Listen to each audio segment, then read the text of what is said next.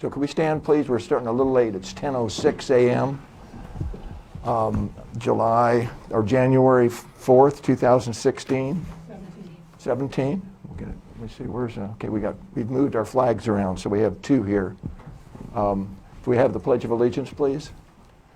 I pledge allegiance to the flag of the United States of America and to the republic for which it stands, one nation under God, indivisible, with liberty and justice for all.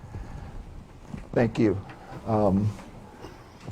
Again, just so I correct on the record, it is Wednesday, January 4th, 2017. It's now 10:07 a.m.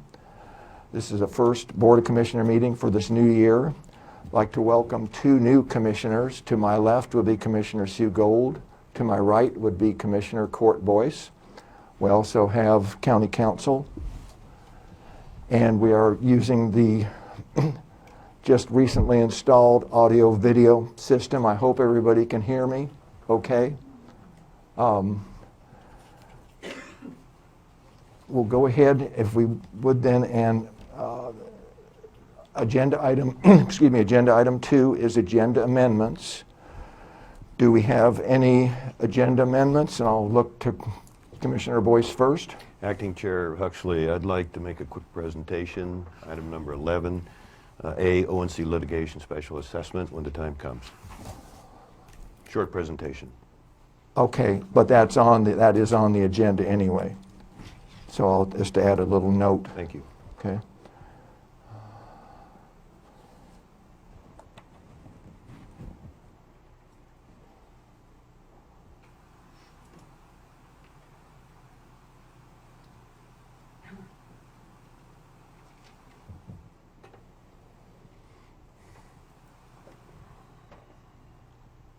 Are you okay with that, Commissioner Gold? That's fine.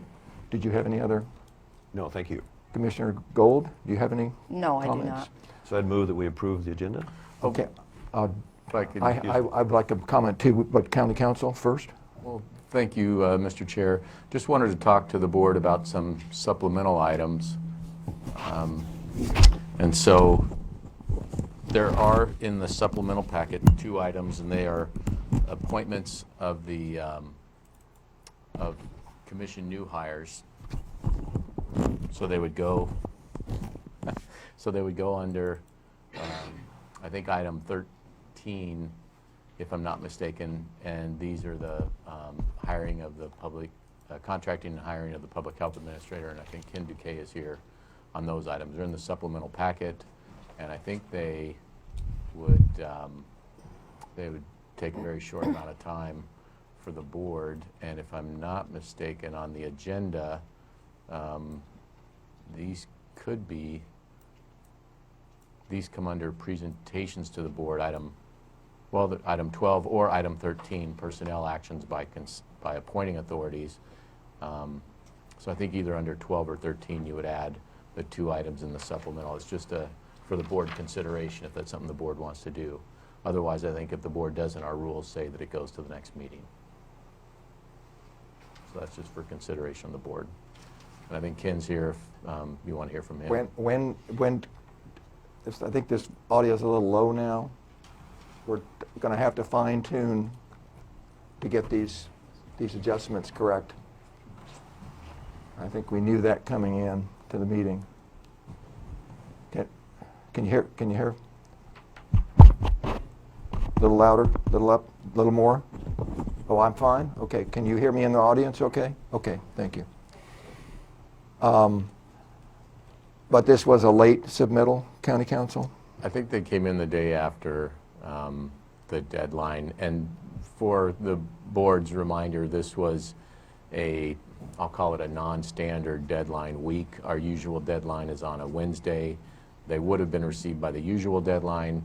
And this is from the health department, who is kind of a contractor with us. And I don't even think they're very much present in the building anymore.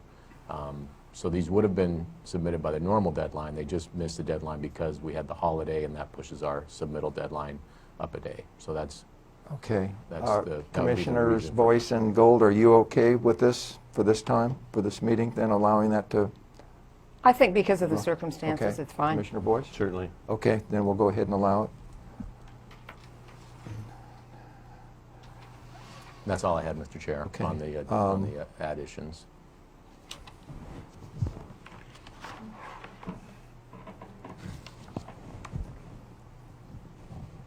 Okay, I have a few comments on the agenda.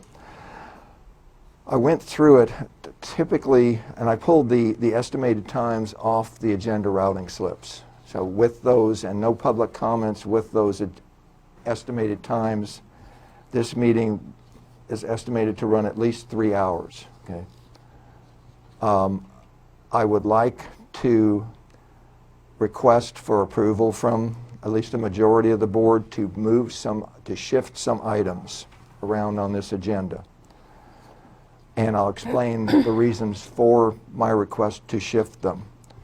We had, at our last 7-hour marathon meeting on December 21st, we still did not get to some of the items for discussion. We had to defer those to this meeting. And one of those was the status, basically, of the Brookings Airport, or just general discussion on the Brookings Airport. And we have it listed, as it would normally be under presentations. I would like to move that because here we've delayed it from one meeting and then we're putting it at the tail end of the next meeting, and I just don't think that's appropriate. I would like to suggest that we move that following the discussions on agenda item 8, administrative actions, and move that up. We do not have any proclamations, resolutions, or legislative actions, but put it in that place and move it ahead of some of these other items. The second suggestion that I would like to make would be to, and this is because of the estimated meeting length, is on the old business, although we heard that subject at our last meeting on December 21st, but item 11A is estimated off the agenda routing slip to last 45 minutes. I would like to move that item after the consent calendar, just because it's a very long meeting item, and I don't think we should hold up some of these other items on account of something that's estimated to be 45 minutes long. Good. Hopefully we can have, because I think it's been a subject for much of the last 2 years, on the length of these meetings, the order, and for example, again, the 21st, 7 hours is too long for a meeting, in my opinion. It's embarrassing. It's so long. Okay. That we could have some direction from the commissioners, perhaps during the commissioner updates, to give some direction to county council to work on amending our policies on that subject, including the agenda routing slips. So again, my request is that we move those 2 items, as I suggested, the item 12B, to move that up to where 9 is, and move 11A after the consent calendar, which is agenda item 13. We don't need a motion on that, do we? No, not a motion, Yeah. just consensus, if that's Yes. okay. I'm asking for consensus. I'm fine with that if we can Commissioner streamline Boyce? this. Yeah. Okay, thank you. So that will be 11A, move.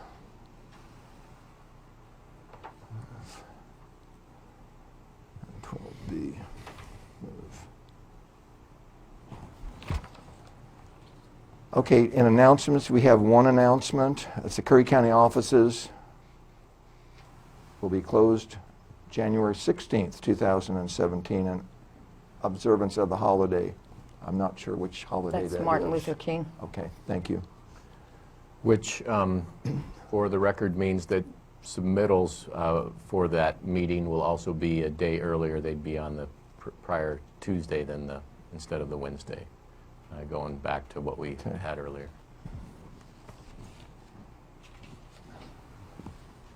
And I don't see that we've received any, we've received one. Have we, anybody that wants to make any comments during the comment period, please feel free to fill out a comment card on the back door there. It's on the face of the door. We did receive one comment along with a very long Point of order, explanation. Mr. Chair. Are you on item 7? No, I was just saying, Oh. basically, that people, just to let people know if they would like to make a comment, please Thank feel you. free to grab a All right. comment card. Okay, thank you. Okay. So if we now go to item number 5, appointment of the chair and vice chair of the Curry County Board of Commissioners. I'd like to nominate, I Sorry. can't do that? No, Okay. I just want to say, Mr. Chair, I think this is the time where we had a request for someone to appear by phone. Okay? Sorry. Oh, that's okay. That's fine. That's what I started on the comment cards, you. and then I got Nope, that's all right. sidetracked. We did have a request that came in from Mary Rowe. The topic was emergency bad weather shelter needs. And she had included quite a lengthy comments on that. She had asked, as my interpretation, we listened to 5 different phone messages this morning from yesterday on that she wished to be called, or and you correct me if my interpretation's wrong, for us to call her to participate or to have her give her comments on her cell number, which she's provided here. Is that your understanding? Sure. What it says in the middle of this paragraph I'm reading, it says, I would ask to either be allowed to listen to the meeting through the vote on my possible appointment on the Housing Authority Board, as well as present a public comment on the issue of the need for bad weather. So she would like to appear by phone, and if we were going to do the appointments, number 5, it seems like that would be the time for her to appear by phone then. Well, the appointments of the chair and the vice chair, Very good. So we're next. right? So there's a different committee appointment You are that you're correct. thinking about. That's down on item 8. 8A. Very good. Then, whenever the chair feels it's right to have this person. So I think we should wait until the public comments, let's go through, because that would be the order that it would be received. Very good. We'll go back to item 5, appointments of the Thank you. chair and vice chair of the Curry County Board of Commissioners. Well, I nominate Tom Huxley for chair simply because he's familiar with what's going on, and neither one of the new commissioners, I think, are as familiar with that, so. Okay. Do we have a second for that nomination?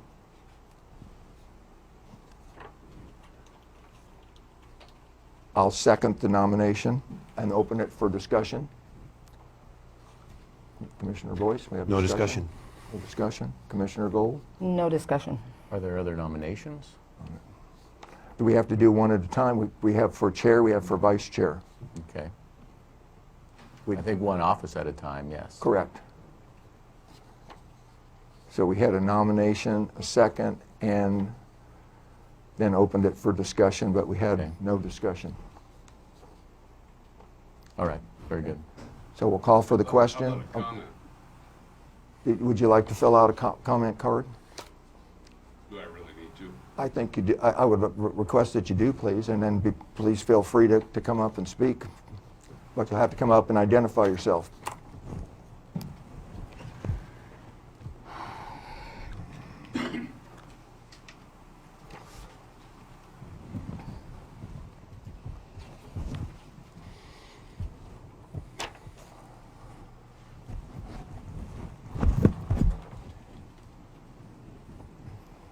Thank you. So it says Jim Colon. Jim Colon, Curry County Assessor. Welcome to the new commissioners, Gold and Boyce. Happy to have you here for your first meeting.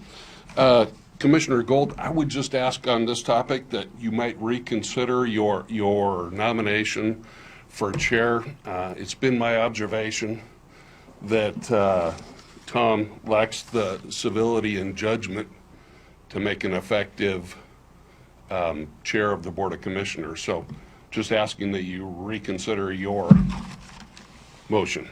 Thank you. I'm going to keep my motion at this time, having looked at several meetings, so.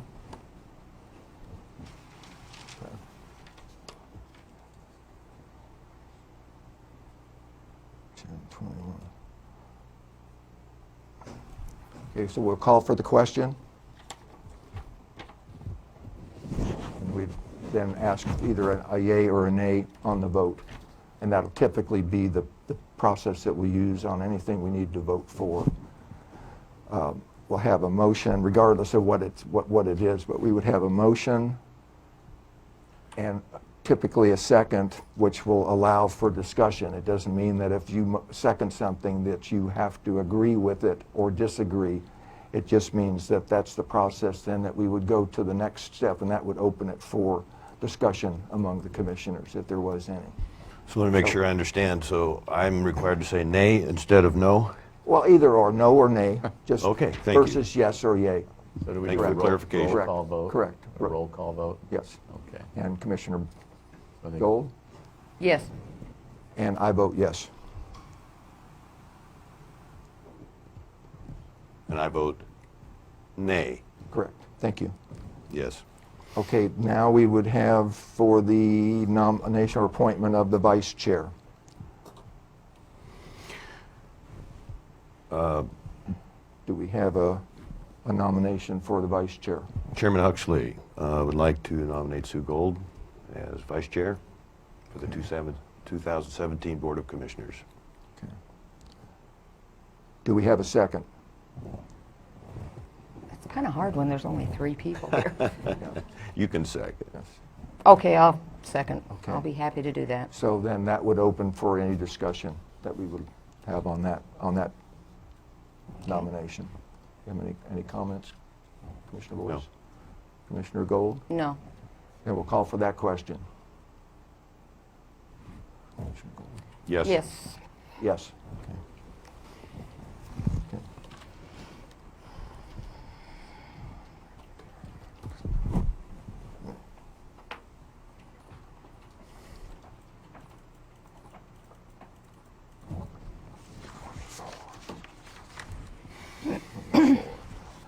Agenda item 6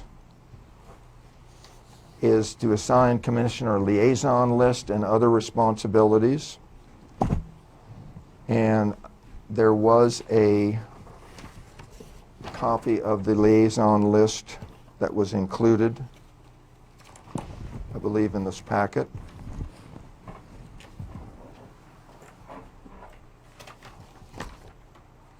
And I'll open it to either commissioner for comments, but basically what was included was the 2016 department liaison list. And I think the revision on that, the latest revision down at the bottom right corner, was November 12th of 2015. So that we're all looking at this, make sure we're looking at the same. Well, I would be happy Document. just to take over David Brock Smith's liaison list. I have, Chair Huxley, I have a handout I'd like to present Okay. to the board, including one for Councilor Huddle. Do we have one for, I did. I Okay, handed her one thanks. already. Thank you. that's one there, that's one And I'd like to here. read a statement at your convenience. Please, you have the floor. Curry County BOC, Court Voice Liaison Assignment Request. Commissioners Gold and Huxley, I wish to commit to my fellow commissioners, county departments, staffs, and residents in dedicated representation. This will match my extensive private business history, development background, my lifetime residency, and the desire to work with teams to better our communities and county. Along with veteran and public safety concerns, economic development and growing employment are my top priorities. Forestry, fishing, and farming have been my passions and part of my life's work. These Curry natural resources are key components to our future and will play a pivotal role in our 24/7 work to rebuild Curry and avoid insolvency. I'm passionate about working with others and seeking solutions and look forward to working with this Board of Commissioners team. My goals are to improve the lives of Curry residents With my life experience and through the hundreds of conversations I've had with our citizens, I feel it would be in the best interest for me to work in the responsibilities and liaison assignments as follows. Curry County Departments, Veteran Services, Economic Development, District Attorney, Juvenile and Parks, Curry Road Department, Community Development, Facilities and Maintenance, Fair 4-H and Extension Service District, Public Health. Curry Liaison and Board Assignments. Curry Natural Resources Advisory Committee related to and mentioned as at the last BOC meeting. I have a pending appointment to the ONC Board of Directors. Sudden Oak Death Solutions Task Force. I've discussed this with and will be appointed by State Representative David Brock Smith, to which U.S. Senator Merkley will be co-convening this very important committee, and I could talk about that issue for a half hour. Wild River Coast Forest Collaborative corresponds to my other natural resource work. Curry Community Health, I'm presently serving on the CCH board. Oregon Coast Community Action, I see ORCCA as a vital part of the Curry recovery, and I'm working on related projects. All Care Coordinated Organization, to this corresponds with my current Curry Community Health Board position. South Coast Business Employment Corporation, I served on that same board back in the late 80s. Coos Curry Douglas Business Development, I served also on that board in the early 90s. CCD Workforce Investment Board also corresponds with my existing work and background. Curry Public Transit, I'm anxious to help any way I can with this important program. Local Public Safety Coordinating Council, this is the one main reason I decided to offer public service to the county. With BOC support, it is equally important to me to attend as many as possible the regular council meetings of our 3 incorporated cities, our 3 port regular board meetings, and also regular Curry Health Network board meetings. I'm sure you recognize this is an extensive commitment, however, it feels what I have to do in keeping my promise to work diligently toward the Curry recovery. Please accept this as my formal request with explanation for the above listed liaison assignments, and I look forward to routinely reporting back to our board. Thank you. Commissioner Gold, there were Such a list. well, there were so many changes. And just having seen this now for a few minutes, I would have to even overlay them to see where all of those things fell. I could not. Maybe we could ask what's left. Could not, without doing that. I could really. speak to several that are left. Okay. And that's what I would want to do before I really even agreed or disagreed. There was just too much that you ran through there that's too different from this list for me to even take it all in the short time that you You might just take read a through workshop to it. dive into this and sort it out. Yeah, I mean, and I would There's certainly about 20 be, just on the responsibilities, and Yeah. I think I've listed 9 or 10, and it's very, very important. I would certainly entertain a thought or suggestion to do that versus try and figure out where all those changes would reflect on the original list. I think there's too many. We'd almost end up with a different list and then compare the two. Okay? Would you be okay with that, Commissioner? Yeah, Gold? I would feel more comfortable. I'm not sure Okay. how There's- everything's coming down. yeah. There was so much, so. County Council? Thanks. I only had one question. Commissioner Boyce, you mentioned that you're currently on the board of Curry Community Health. Yes. And then you would also propose to be the liaison county commissioner to Curry Community Health. I'm wondering if, Conflict? well, possibly how those two, I just don't know how those two positions would interact, and if they could, if you could be a board member there and the liaison. I've researched that, and yeah. it is potentially a gray area, I understand. Okay, so we'll just look at that, and, so your idea of the work session to kind of suss these out might make some sense, but I'll leave the rest up to the board. That was just one thought in my mind, is how does that work? I would personally need more time to look into that for everybody there, just on that one issue, that's all. Understand. Okay. Thanks. Now, I have a question. None of this can be okayed until the next meeting. Is that true or false? I think if the board felt comfortable, they could okay all of this at this meeting, but so again. Well, there's Right, again, it's up to the board. so much to look at. Right, it's up to really. the board. It's up to the board. And this question, does this require consensus, or does this require formal approval, County Council, on the liaison list?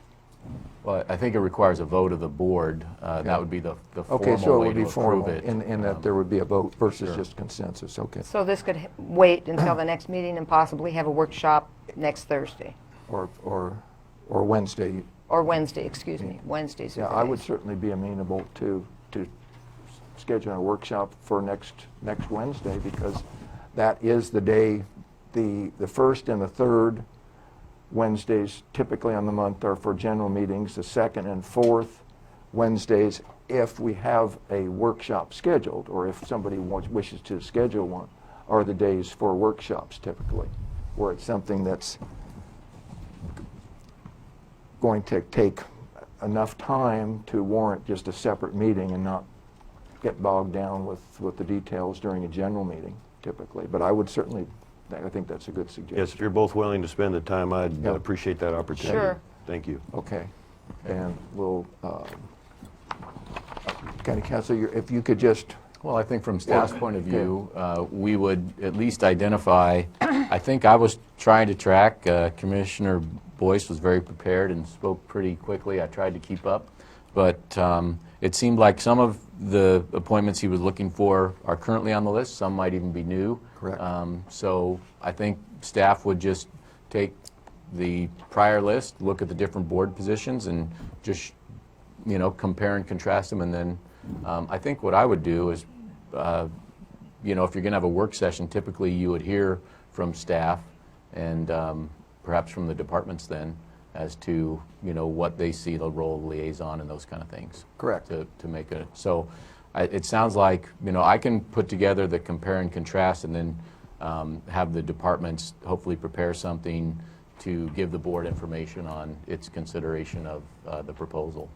okay, And maybe what the departments expect of the commissioners as a liaison. Okay. That would be good. Yeah. okay. All right. And we that will will be, do and then that. we discuss it at next Wednesday. Correct. And Commissioner Gold did have a motion there, correct? No, it was Well, that's not a just motion. consensus that, and if you could interface, I think, not in this meeting, but interface with the office staff to, as far as the procedure to get a workshop noticed and scheduled for next Wednesday. And that would need to be done by today because it also is a week in advance. Good. But that's a minor thing at this point because you've The you've current done this. materials, Correct. Mr. It's Chair, there. would be this Correct. document and that document. correct. And then we would have to bring some materials in from a staff perspective to the workshop next week that They the could board work would with see you on that just to pretty get much it, live. to get it scheduled. Great. Okay. And there is an urgency, I think. Yep. Okay. All right. All right. Summer, did you have any questions or I see? Okay, just wondering. All right. Okay, so we'll move then to agenda item 7, which is public comments. And we did have, I don't see any other cards, but we did have this public, request for public comment that did come in from Mary Rowe. Again, as I've mentioned earlier, emergency bad weather shelter needs. And if she could be called at this time, see Question? if we can get a hold of her for her public comments. Okay, and I think she would also then be speaking to that next agenda item of the appointment to the... Correct. That Correct. clarified, thank you. Correct. That's what I need to know. So let me just try to give her a call.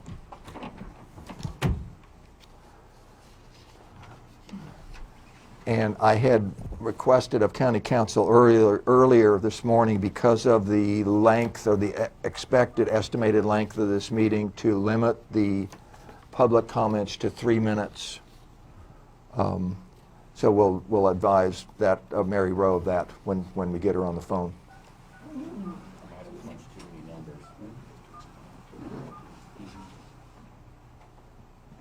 And I don't know whether it requires 9 or not, 1-9 or not, You did. You have an extra one on the area code there. Okay, or 9-1, yeah. let me try again. Pressure's on. I was reading about Watergate, and What? I think they... You're not old enough. They mentioned that there was a type of, maybe I was watching Jeopardy. They mentioned there was a type of typographical error that was alliterative, and they said it was a fat-fingered error. So I always remember that. We have a choice, so. I don't think that you cannot do that. Invalid number, it says. 9-1? I'll try. Well, It's not, it shouldn't, I would think it should be the same that the other device was, but I'm not sure.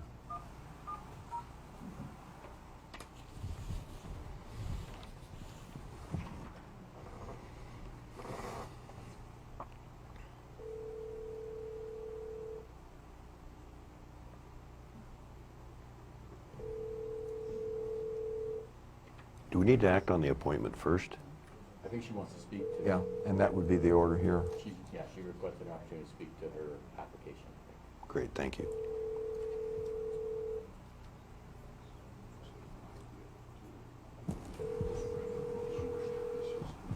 Voice message system 5416612. We tried.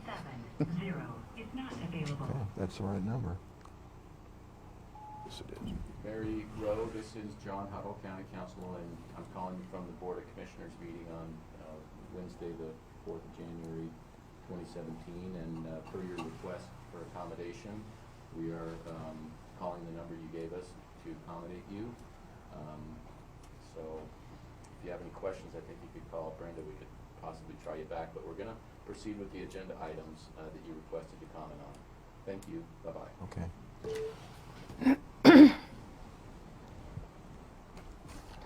10,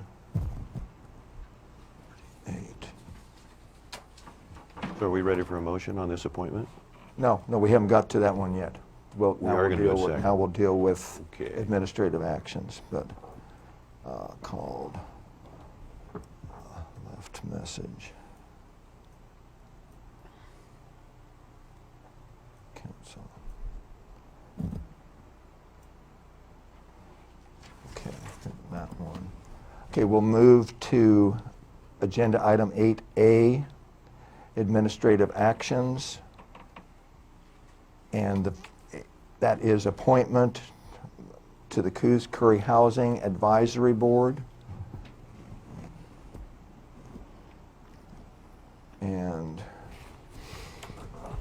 for your information on the packet, that would be on page 7 of the packet that you have there. Right. Again, open for any discussion or a motion to make this appointment.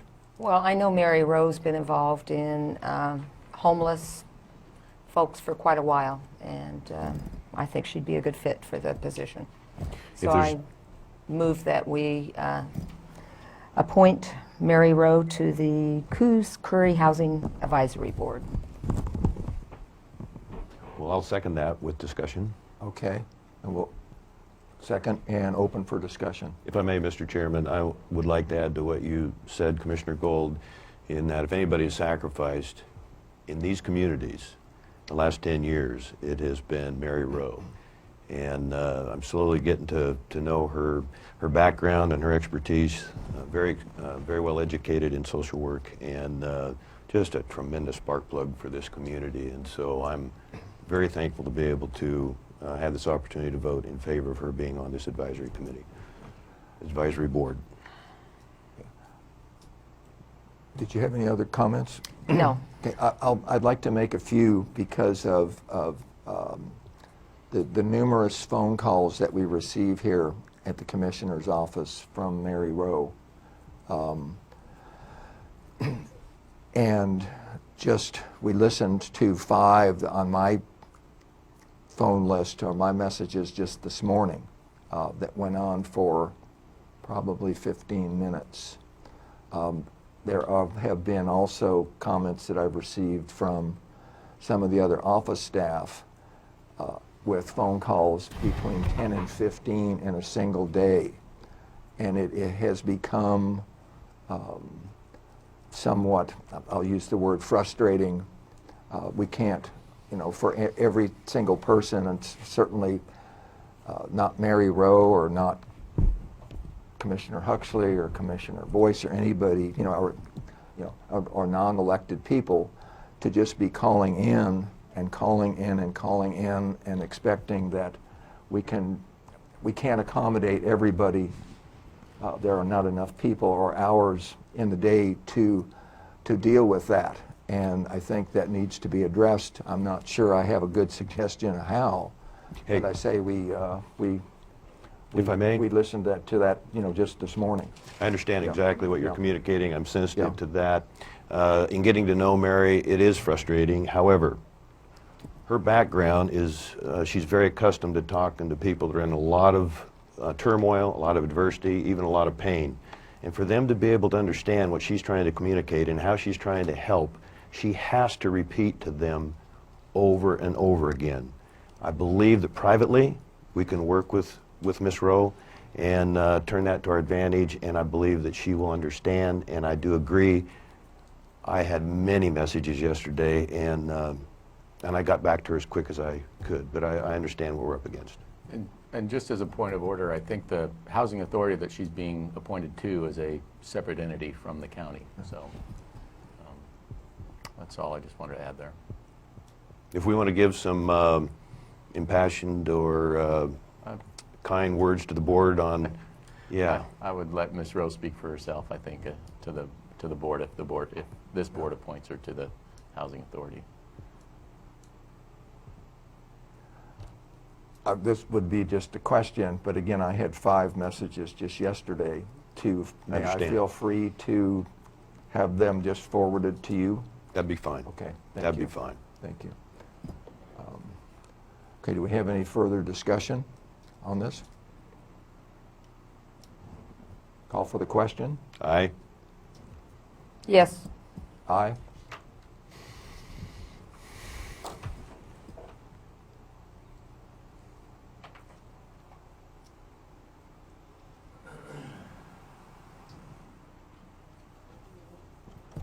Okay, agenda item 8B is appointments to the Fair Board. And I believe there are 4 that applied for 3, from my memory, for 3 positions. So do you want each nomination separately? I Or do you think want that's them what we as need 3? to do. Is it County Council?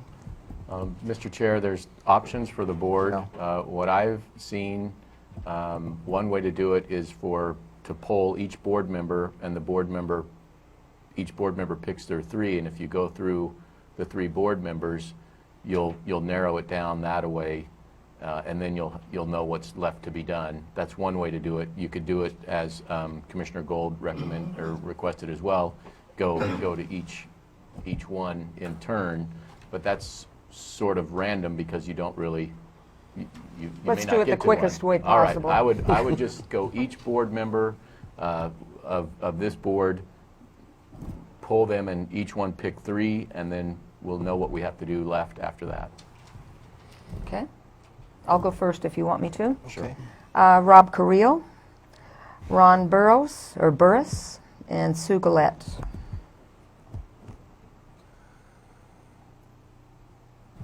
Commissioner Boyce? The exact same 3. Burris, Carrillo, Goulet, please. I'm comfortable with that also. Okay. Okay. So we'll call for a motion then to appoint those 3 members to the... So move, Mr. Chair.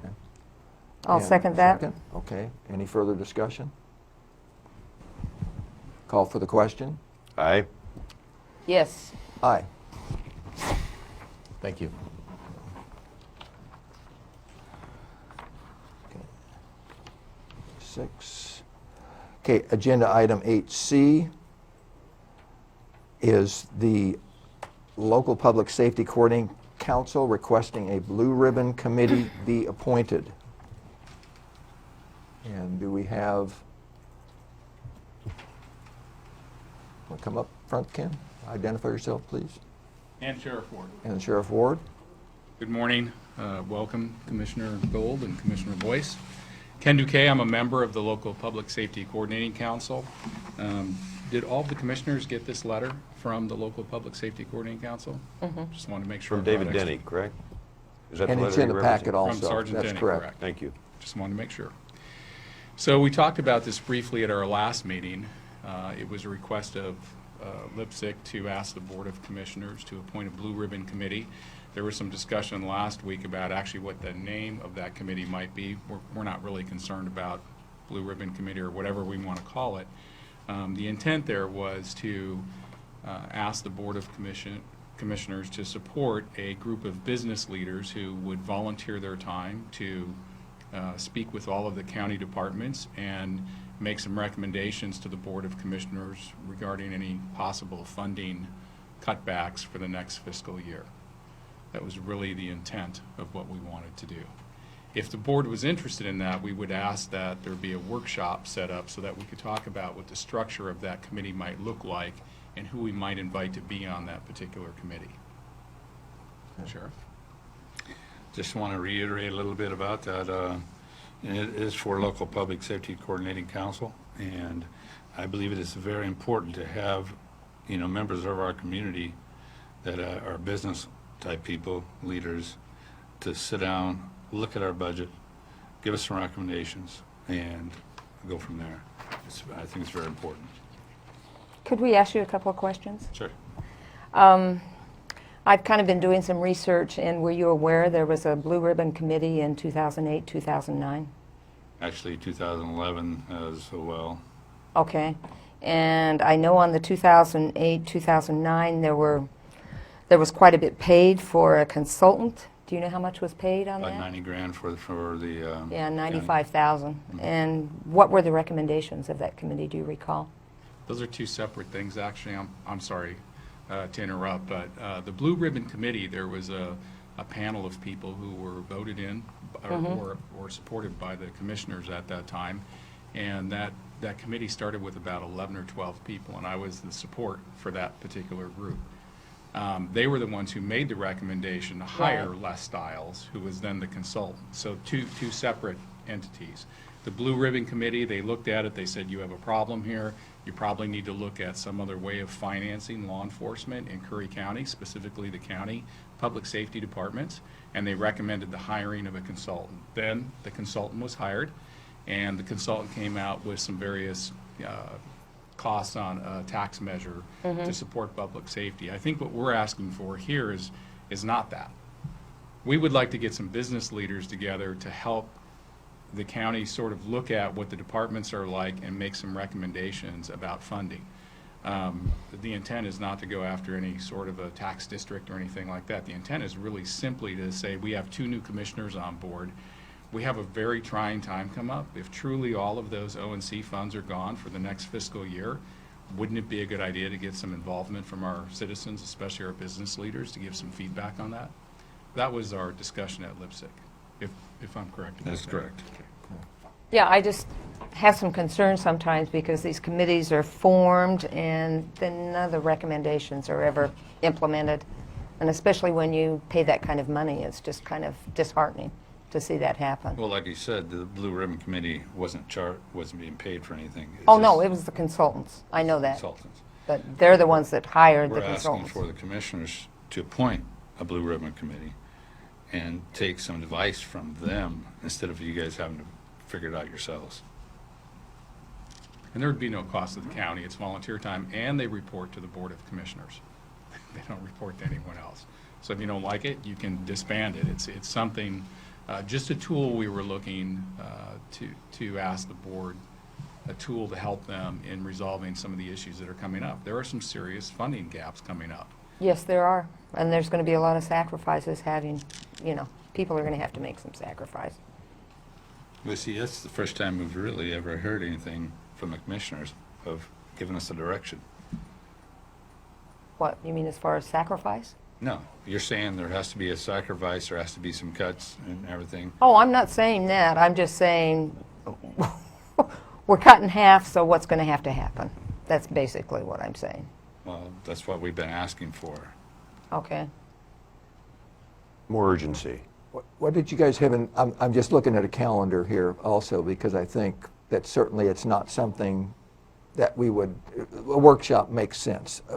Talking about this in a general meeting, at a future general meeting does not, because then in a workshop, it's dedicated to that subject, and it would take pretty much as much within reason time as is needed to discuss it.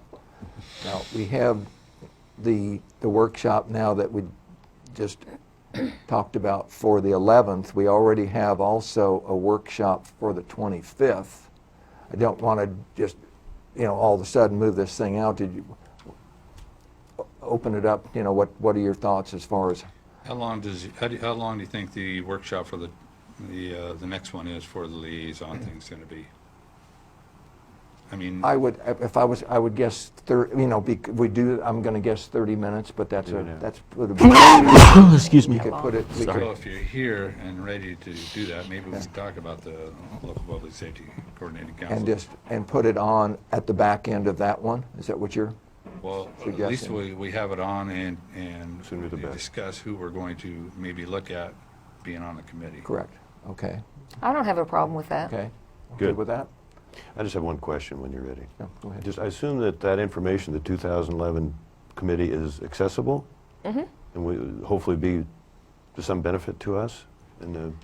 Well, again, two separate functions. We do have information from the Blue Ribbon Committee that their recommendation was to hire a consultant, and then we have the information from the consultant as well. That should be all on county record. Good, thank you. You'd mentioned also, I believe, 2011. What was? I thought I heard. What was in 2011? The actual history of this is it started in 2007 with a public safety task force that morphed into a Blue Ribbon Committee around 2008, Late 2008, early 2009. And then that turned into the consult, so there's quite a history of it. Okay, but was there something then flowed into another committee in 2011? By the time it got said and done, in about 2011, when it just went away. Okay, but what one and the same? But I think That was this, a flow of the 8-9 committee, then the study, then the, okay. So is this going to be It wasn't a different an one. extension of that, or just totally new? Totally new. that's why I wanted to squeeze this in, is I Okay. really don't think that this is the same thing. That's why I think the name of it Okay. might the need to same. be changed Yeah, so that we don't misinterpret what we're asking for. Okay. We're simply asking that a group of business leaders be appointed by the Board of Commissioners to talk to all the departments, not just public safety, get an idea of where we're at from a budget perspective, and make recommendations to the Board of Commissioners relative to potential funding gaps coming up in the next fiscal year. I think a good suggestion to change the name to. Affirmative. Yeah, I yeah. agree. Okay. Yeah, because that is Because- confusing. Yeah. Okay. So we have consensus to. I'm fine with the workshop. Mr. Boyce? Always Okay. willing to I listen. am. Anxious. Okay, so we'll get that Can on you fit it on the 11th? we'll put it on the 11th following the liaison discussion. And I don't mind, if I may add, I don't mind those Yeah. workshops being whatever time it takes to really get the work done. And I want to thank you, Sheriff, and I want to thank you, Mr. Duque, for showing an interest in this. And I'm sure, I'll put it this way, I hope you have some business people that you may already have in mind that could likely contribute greatly. Well, I'm a little biased here, I'm concerned about public safety. That's my number one, priority, is to provide public safety for the county. And without the funds to do so, I know there's other county organizations like assessors and the elections and the treasurer. They're all fighting for, and the DA's out, they're all fighting for a piece of the pie. But my job is to provide public safety. And I have to be able to do that with it's the bottom line. Okay. And I can't do it now. It's not adequate. Unfortunately, I know you've had to spend a lot of time in that process, and wish it weren't so. Okay, then we will follow that up internally here and get that scheduled for the 11th. Thank you. And See you at the meeting. right, so if we could, we're looking for some kind of an outline or something, maybe just this letter, but something that could help us with the work session by the end of today so we can work on the agenda and publication. I would like to submit just the letter by Okay. itself, because I think the nature of the discussion Okay, will thank you. tell us what direction we're going, if any. Right. Thank you. Thank you again, gentlemen. And if you don't mind, I'll just stand if we're going in order. Okay, yes. Okay, next items, and I'm going to say items, we have agenda item 8D and E, and open it to Ken Duque. Thank you, Chair. I want to do one thing very quickly. I wanted to sort of go back a little bit. County Council brought up whether or not it would be appropriate for a board member to be a county liaison. And I just wanted to share that David Smith was a board member for many years and county liaison. And I think the benefit there is you have somebody who attends the board meetings, has a knowledge base. We're a nonprofit organization, so there's no conflict of interest. There's no financial gain for that particular commissioner. And the idea is to have somebody that, in the event of a public health emergency, knows exactly who to contact and who to get in touch with. And that's helped us in the past. And and I appreciate that, and as you're talking about it, a liaison isn't necessarily some type of an advocate, or they're not serving two masters. They're separate functions. It's just a communication link. Okay. And it's very similar to being an actual department of the county. As we know, we have one employee that is a .10 county employee. And so the point there is that that's who communicates with the county. And that instance, that is me as we stand here at this moment. Thank you. So I would like to stay on the board, and I appreciate that clarification. I will sleep better tonight. Having said that, it's still up to the board to make necessary appointments that they need to. I would ask, Mr. Chair, respectfully, that one of the items that I do have on here is a personnel matter, and so it's the changeover and the adding of Ben Cannon as a public health administrator. And since I have these two items right now, I'm simply requesting that I be allowed to talk about that now, so that when we conclude our business, we can go back to work.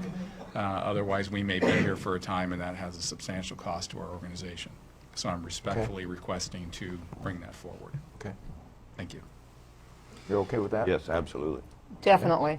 Okay. Thank you. Efficiency is So I'm going to go fast now. So, good. Public health, we have amendment number 11 to our agreement number 148007. Anytime that there's a change to the FAA, that is the Financial Agreement Award, they will make an amendment.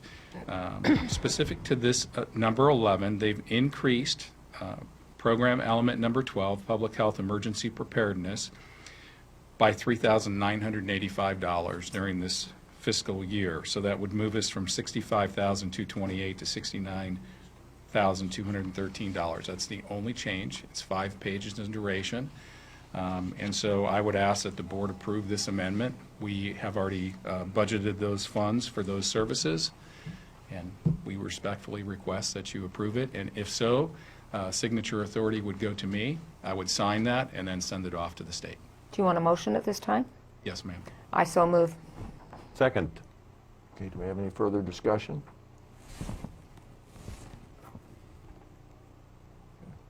Call for the question? Aye. Yes. Aye? Thank you, Commissioners. Moving right along, I'm sorry. I'm used to just moving right along. Commissioner Huxley, please. You don't have to. We've got a little levity, Ken. Oh, Thank that's you. good. This is good. It's good. So we had our triennial review, so it's the next item on the agenda, and obviously every 3 years we have those, and so in 2013 we had a triennial review. It was the first year that we started as a nonprofit 501c3 providing these services, which began on February 1st, 2013. The state came out and did their triennial review, and it was horrendous. I became the CEO in June of 2014. They still had not responded to the triennial review. By the time December came around, we had all of those items cleared up. For this particular triennial review, you should have gotten some lengthy reports on this. We actually did really, really well. So overall, all of our findings really were in the environmental health section, with the exception of some administrative things with timesheets. And so basically what happened on our environmental health section is we had a poor filing system, which has since been corrected. And additionally, we needed our environmental health coordinator to be aware of where to look on the Orpheus website, where certain data points are reported. He needed to take action when, say for instance, there was an RV park and they had a positive E. coli on a water test that they have to do every month. There's a certain box you have to check and certain things, and so we've now corrected those. The state has most of our findings. We have a few more that we have to report on. We expect that all of these will be cured by the end of March 2017. So overall, if you've taken the time to read through that, you'll see that it's been the best triennial review that the public health department's ever had.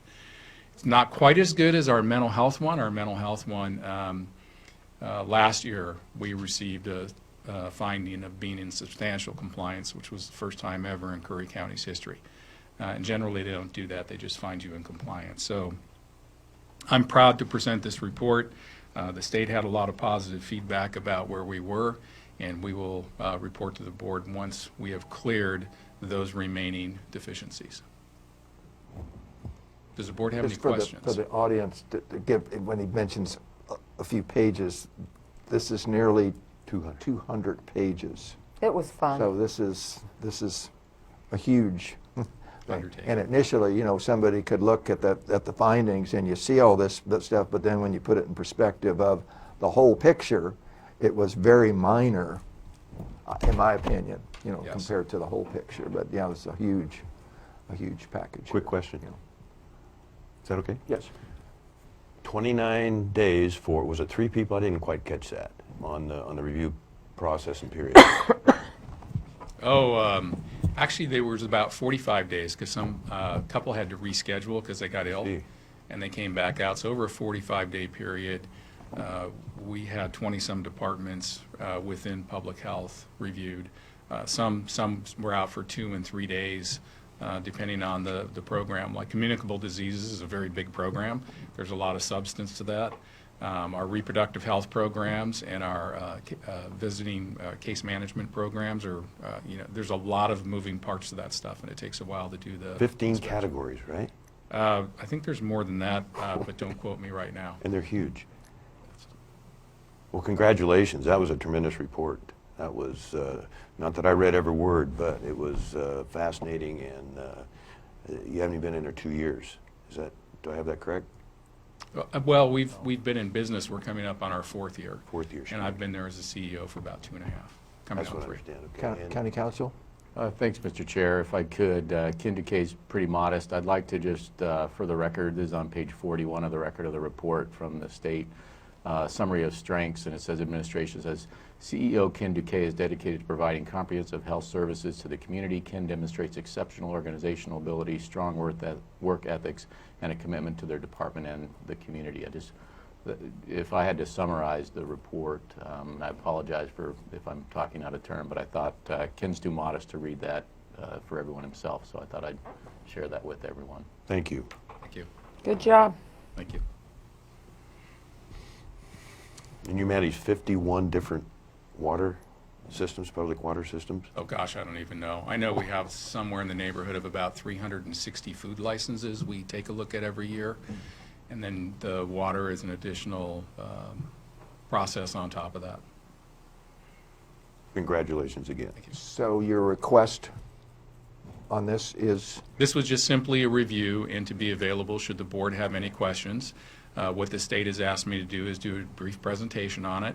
And if you guys, if the Board of Commissioners request any additional information, the state would avail themselves to you either in person or by phone to answer any questions. Okay. Any other comments? Nope. And if I may, I would ask for the last thing, which is to move up that personnel matter and introduce Ben Cannon, Okay. if I may. Ben, if you could come up. So Ben Cannon, recently we hired Ben. Ben has, well, I'll let him talk about his own education, but he is our new public health administrator.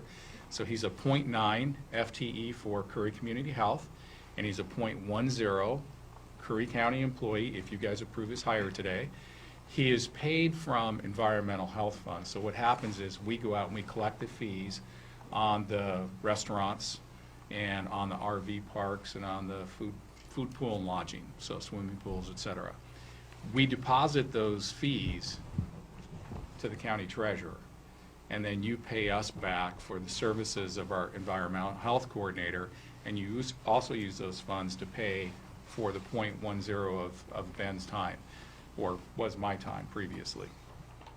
So we would be asking that you authorize the hire of Ben Cannon as the public health administrator.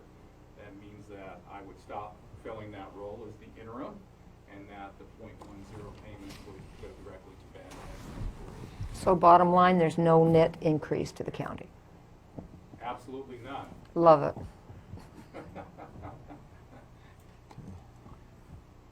Okay. So do we have a motion? I so move that we approve Ben's hiring. Second. Call for the question? Aye. Yes. Aye? Okay, thank you. Thank you. Commissioners, and thank you for Okay. taking things up. Yeah, thanks, Cam. Welcome aboard. Okay, we're going to quickly then move to I love that word. agenda item 8F. This was moved from the last meeting because it was not submitted on time. Let me go to the page number. 257. 207, I think.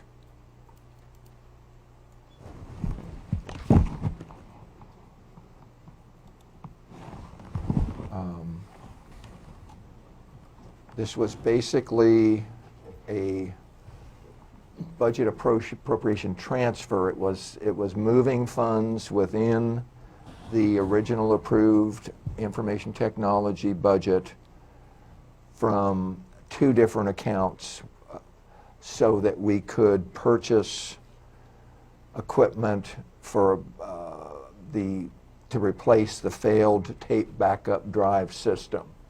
And what had occurred, this was a significant purchase. We had saved with utilizing the Curry Electric IT support. We'd saved enough money over the first 6 months versus what we'd actually originally budgeted back in May and June of 2016 to move these funds and purchase this newer, well, it's very new, backup system that gives us a total of 40 terabytes of backup and enables the county to back up now systems that we had at one point no backup in the last 6 months to 3 or 4 days to this will give months and months and months and months and months and have a new technology. And that's what this was for. We've already approved the purchase of it. This is just moving the funds within that department's 2016-17 budget and reallocating those funds. Then that's all this is for. So question, it's my understanding that you don't have to bring it before the board unless it's over 10%, which, Correct, and this was and if internal. it's within the same department, you don't even need to bring Well, it we do before the need board. to, no, I think, Or do you? I think for budget appropriations like this, when we're physically changing things, it's still required that it come before the board. Even though it's within the same department. Correct. Right, and what you're talking about with the 10% is when it doesn't have to go back to the budget committee. So- Okay. So this doesn't require a budget hearing or any of those kind of things for an internal reallocation, but it is a board action. Okay. And I can, And what we've done, or what we've tried to do in the last No, that's fine. couple or 3 months is to be proactive versus reactive. And proactive being do it before the fact versus wait till the end of the year and all of a sudden have this flurry of documentation that comes in for things that occurred over the last 3, 4, 5, 6, 8 or more months. But now we're trying to do it, again, proactive. So you're trying to do it as it occurs, so. Or before it Okay, so do you occurs, want a correct. motion So we'll to, need, please. I'm sorry, just Yes. 2 quick questions, Mr. Chair. Is this is part of the backup For Coos Curry? No, this is, they're acting now as our contractor. This is a backup for the county systems, for the Curry County computer Gotcha. server Understand. systems. Okay. Correct. So I move that we approve the movement of these funds within the IT department. The reallocation, I second, Mr. Chair. Do we have any further discussion? Call for the question. Aye. Yes. Aye? Okay, so that was...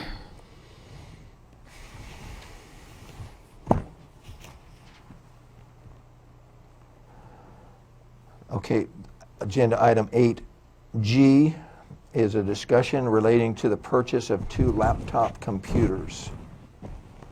And this has to do, these 2 computers are to complement the audio-video system that has been put in both in this commissioner meeting room and in the blue room downstairs. We wanted to wait until we had the system installed, see what the audio-video contractor felt, interface with the IT staff that are providing us IT support for their input. And the consensus pretty much was to use a, I want to say no frill, no thrill type laptop computer up here to interface with the, or to interface with the audio unit, which is the system that we can teleconference with or take calls in, as we tried to call that individual earlier this morning, or Skype, or do presentations, PowerPoint presentations, et cetera, and to use that computer, keep it secure, okay. Down in the blue room, it would be locked up. I think the suggestion from the IT fellow there was to use a desktop versus a laptop. And the suggestion here was to use a laptop because of the area that's available for it. And to use also a wireless mouse so that anybody giving a presentation doesn't have to walk up and be right in the middle of things. They can be sitting back at a chair and use that wireless mouse to make that presentation. The estimate that I had when I talked to the IT representative, or from Coos Curry Electric, I told him on the high end that I was guessing, but better to be high than be wrong, low. $1,500 per computer. He said that's way high. So he's now, what I'm trying to do is get... I'll go to Weimar if you want. approval. No. We let them, we give them the idea, and then he comes back and here's my recommendation, here's why. Yeah, I didn't see in the report here, excuse me, I'm sorry. Yeah, and so we're waiting for him now to get back to us based on the discussions that I had with him and that he had with the audiovisual contractor for those 2 computers. But this was to get basically approval of this board. We would be using the PEG funds. I've already checked out with the accountant on that. So those are the funds that were used for this? For this equipment that Okay. are Those are basically restricted. dedicated Right. funds for this, and the direction was definitely that's an appropriate. That was my only question, and he answered it. To try again on the approval, to be proactive so that we can get this done quickly once we get the feedback. County Council? Thank you, Mr. Chair. So right, we did the rework. We need another piece of equipment for each room. For instance, when we called the Mary Rowe today, we had to call through our technician's personal laptop because we don't have this piece. So we do need the piece to fully realize the utility of the new equipment that we have. So, and that was just an example of what we would use it for. Mr. Chair. I'm not comfortable approving anything until I know what it's going to cost. How do we... Well, that's what I said. I gave a not to exceed. What I was asking here for approval, not to exceed $1,500 per computer.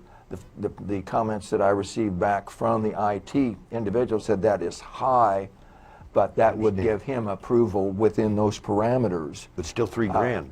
Pardon me? Still $3,000. Yeah, So true. I'm just a little uncomfortable until and I'm not up on that enough to have an opinion, but that just seems initially quite high to me. But are those funds still available within the PEG funds? Absolutely, absolutely. So they're still budgeted. That's why I was trying to get the approval now, so that when they come back with whatever that amount less than that, absolutely, is that we can give them, they can have the okay today to go ahead with that purchase when they come up with their recommendation. So I have one more question. If there were extra PEG funds, could that possibly go into the general fund? No, Or it's no, just... dedicated. It's dedicated to this, period? Absolutely Okay. cannot go anywhere except for PEG. Okay, that's Absolutely, it is important. dedicated. So that's what I'm after, and I tried to explain my reasons why, to be a little proactive so we can get this quickly rather than wait a many weeks more, which it would be in the process to get that okay. So are you from ready for a commissioners. motion? I'm ready for a motion. I move that we approve the funds for the 2 computers using the PEG funds, As a not to exceed. not to exceed Okay. $1,500 each. Okay. Second. I will second it. Okay? Have any further discussion? Call for the question? Yes? No? Aye.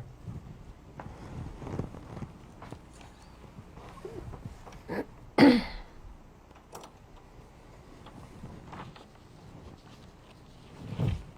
we didn't have any tomatoes flying because someone voted no. That's a good thing. Okay, the next one, item 8H, is an intergovernmental agreement with the State Department of Revenue to collect marijuana retail sales taxes. And this is for County Council. Thank you, Mr. Chair. If you recall back when we were putting on the ballot the items for the voters to vote on whether the county should impose a sales tax on retail marijuana, we also adopted a local ordinance to create a system for us to collect the tax and administer the tax. It would talk about when you submit your return, whether it's late, all these kind of things. And so we put that ordinance on the books, but at the same time, there was in the works a intergovernmental agreement with the State Department of Revenue that they would collect the taxes, but it wasn't finalized yet. And so what we did is we adopted our ordinance for us to administer our tax, but we included what I'd call an escape clause in there saying, but the board can use any other means and methods to collect its tax that they see fit in the future, kind of thing, because we kind of wanted to leave ourselves this option. And now, since that time, and the voters approved the tax, we have received the agreement from the Department of Revenue, and we have been in conference with them, myself and Louise Kallstrom, our county accountant, and our rough estimate is that to have the state collect all the marijuana sales tax from our marijuana sales tax retail establishments in the county only would be roughly about, I think, $1,500 a year or so. And we felt that is a really good value for us, and they would collect the tax and they would keep it out of the tax they collect for us. We felt that was a really good value for us because we don't think we could. We think we would spend more in staff time administering our tax internally. So what the proposed motion for you does, it does, and also I checked with Debbie Crumley, our treasurer, and she also was in favor of this. It also avoids any issues with us having to handle cash because Right. the marijuana taxes are only paid in cash, and cash handling just presents its own issues that both our treasurer and our accountant would rather avoid. So this does a lot of advantages. The price is reasonable. We think it's a good value. So what the ordinance before you does is 2 things. It suspends our ordinance where we implement our own collection mechanisms, and then it replaces that and adopts this IGA with the state. And I'd request approval of the order. Unless there's Chair, if I may, questions. No hurry. Yes. Are there any questions? County Council Huddle.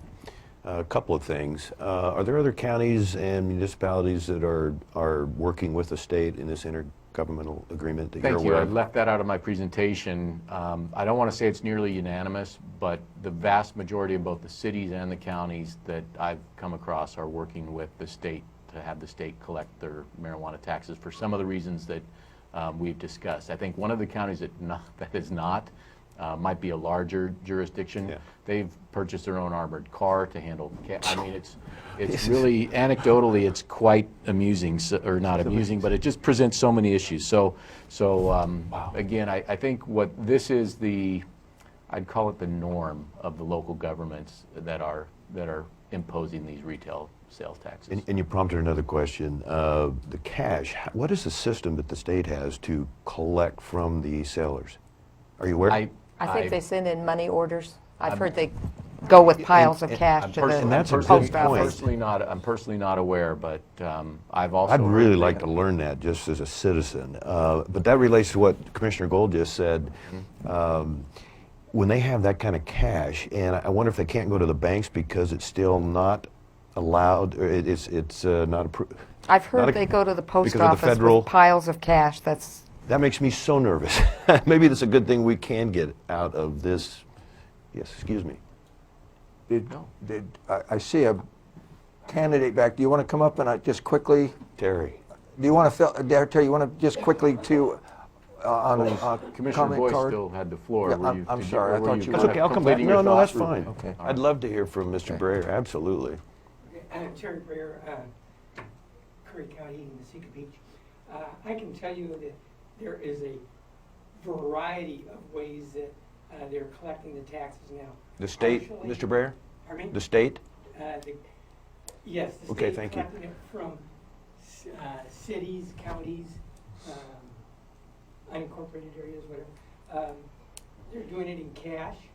There's at least one area in Douglas County that has created their own their own credit union, not a federal credit union, because it Oh, yes. cannot be insured and all, but they can do their banking through them. So it is a wide variety of different ways, but most of it is still done, collecting it in cash, being taken up there to Salem and all. And because it is cash and they can't use dogs for sniffing and all because it will show drugs on the money. So it is a wide thing, and that's one of the reasons why I had suggested that the state come up with its own state bank, and Salem is working on that, to come up with its own state bank, as North Dakota has done. Colorado's looking at it in order to be able to deal with this so that people can safely deposit money into a bank without having to buy An armored car. armored Wow. cars or have Wow. private citizens, security groups transport the money on up. So it is a hodgepodge right now. Thanks, Terry. Yeah, thank you for attending today. Back to Commissioner Boyce. Well, I mean, maybe we don't want to bog down with the discussion on this. Something I'm really going to try and be informed and educated on. You watch what's going on in Colorado and you hear different things on the news that they have some pretty serious unintended consequences for everything that's going on in their system. The only other thing I have right now would be, what is our accounting system, or do we just, does the state, we probably don't want to spend the money in accounting and say, okay, the state, you know, accounts payable, you know, $14,222 here. You know, I have a feeling that how they're dealing with all the entities that they're collecting for, they just send them a check and it goes by what their records indicate and show. We wouldn't have any backup there. Is that correct? Well, so the way I understand it works is that the retailer fills out a return form, just like, not just like, but similar to a personal income tax return form. So, or something like that. And maybe not. Maybe it's a sales tax return form. I have not filled out a sales tax return form, just income tax return forms. But they file they file with the state how much taxes, how much sales they've done and how much taxes they collected. And what we would do then is on that, because the state is imposing sales taxes on these already. That's why, since they have the mechanism already set up, we're kind of just piggybacking. And then they would add, because they're in Curry County, I think it's a 3%. And so the retailer would, I think, submit one return to the state showing, state, here's my sales, here's what you get enclosed, and here's what the county gets enclosed. And then we'd be able to get copies of those returns from the state to find that out. But And I there's a lot understand of that's incredibly confidentiality- private, but we would have that confidentiality restrictions on filed that. here. And those are, so here's the interesting part about this. I think at the end you will see there are confidentiality Yes. affidavits that I'm having our staff sign, and it's entirely possible the commission, it's called a secrecy clause. These appear on page 226 of your board packet. And so those are requirements of the agreement with the state, that we honor all the secrecy requirements of tax return information. So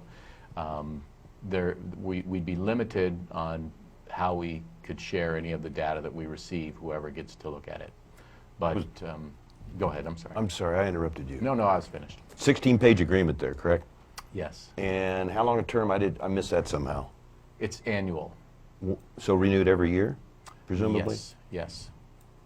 And it shows that we can get out of that agreement as long as we give them 90 days and vice versa. Did I understand that correctly? Not putting you on the spot, because it's buried in there in the fine print. I think it is in the fine print. That's usually a standard term of such agreements, and you are kind of putting me on the spot. That's I'll see if okay. I can find I can it. look back. You know, we can move on if you like. I just have one more quick comment, and that's Okay. the state taking 17%, leaving the county 3%. That really rubs me the wrong way. And so, and the other thing is the small growers. I have a concern long term that, that there'll be bigger companies like the big tobacco companies, or even more larger corporations that see the capacity we have to grow with the climate we have here, greatest tree growing spot on the planet, and now the greatest marijuana growing spot on the planet, arguably. So, Commissioner Boyce, I think I misspoke. It says this agreement from the date it executed until terminated with 90 days prior written notice. Okay. And so it's a... Good job. It continues until terminated. I actually thought it was an annual agreement, but So at least there's an escape clause. yes, Right. and it's just 90 days written notice. I have nothing else, Mr. Chair. Nothing We have a else. motion to approve as presented. I move to approve as presented. I'll second, Mr. Chair. Any further discussion? Call for the question. Aye. Aye. Aye. Okay, now we had moved, let me put this down. We had moved item 12B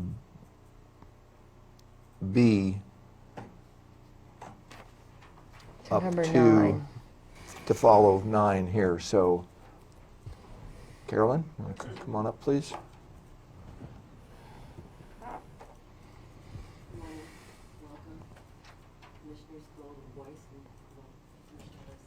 Sounds like someone's got a cold. Yes. I'm going to try to keep this very brief. Good. Your staff report on this item is, it's related to the Brookings Airport. It's a page long, and I'm sure you've all read it, so I'm not going to go into any detail there. But the bottom line is, Brookings is interested in either purchasing or leasing on a long-term basis the Brookings Airport. And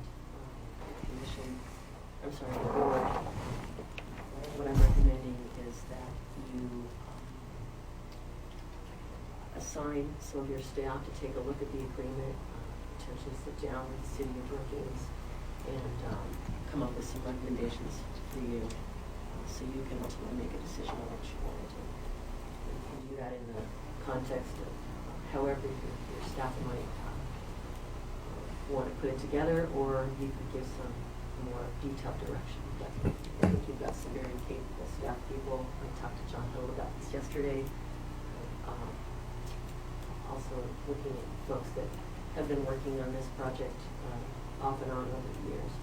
And I think they would be a great help to advise you on how you might want to think about proceeding. So my job here is to try to keep this on the radar. And frankly, that's about it. I've not been involved in the airport, I think a good degree, but to sit in on one meeting. But I want to bring it to your attention. If you have any questions on the background of what I have in the report, I'm happy to answer. I like your suggestion. Do we need a motion to move forward with this, as Carolyn suggested? That would help to give staff direction. Otherwise, we're kind of just operating in a vacuum. I know, we've talked a little bit, and you had some other, I think there were other suggestions. Are you suggesting, though, in this, we had even talked about specific individuals or specific departments? Well, in my staff report, I Okay, recommended yeah. you go on fiscal staff, and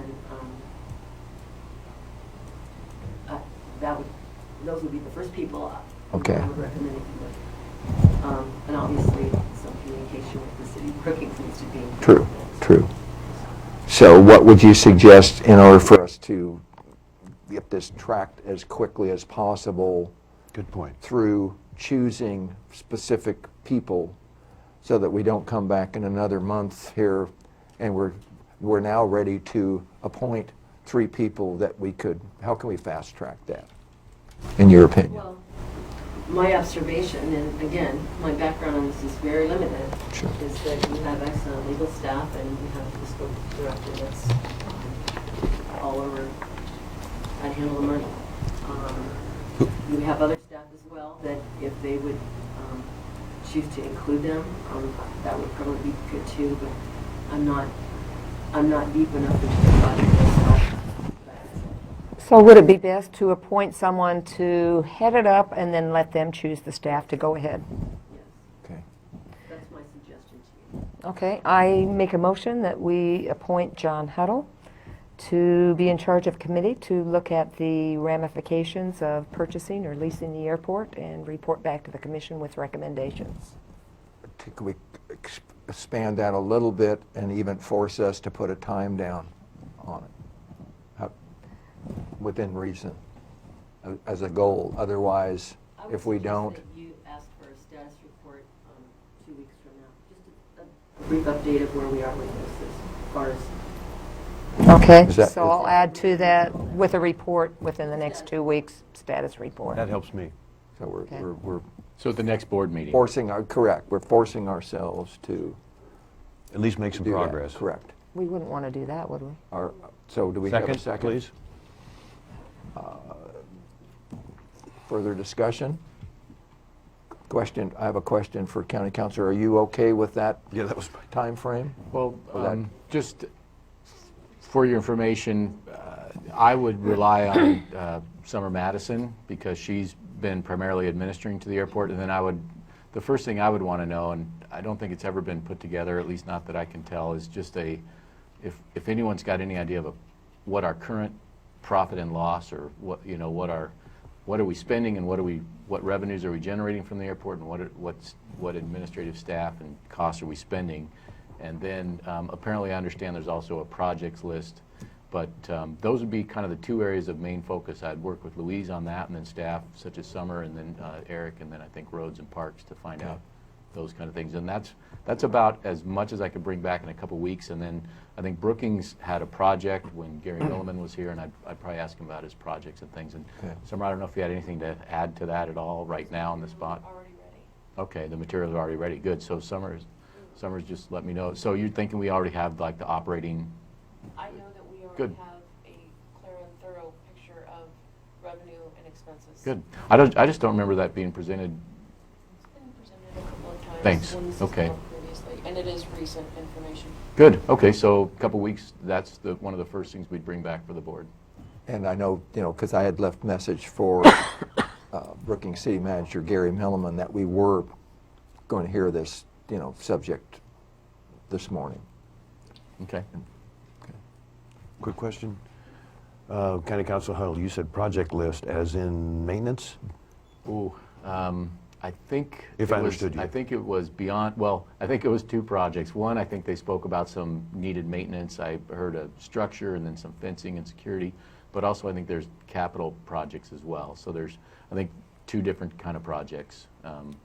And I think we'd talk about both of those to the board next week and just kind of list it out. And then I think Brookings had an idea of what they could accomplish in what amount of time, and then maybe we would compare that to what we could accomplish in what amount of time. And also something the- along those ideas to give the board a choice of, or a comparison. And then the back and forth, I would look at the legal ins and outs of the lease versus the transfer option.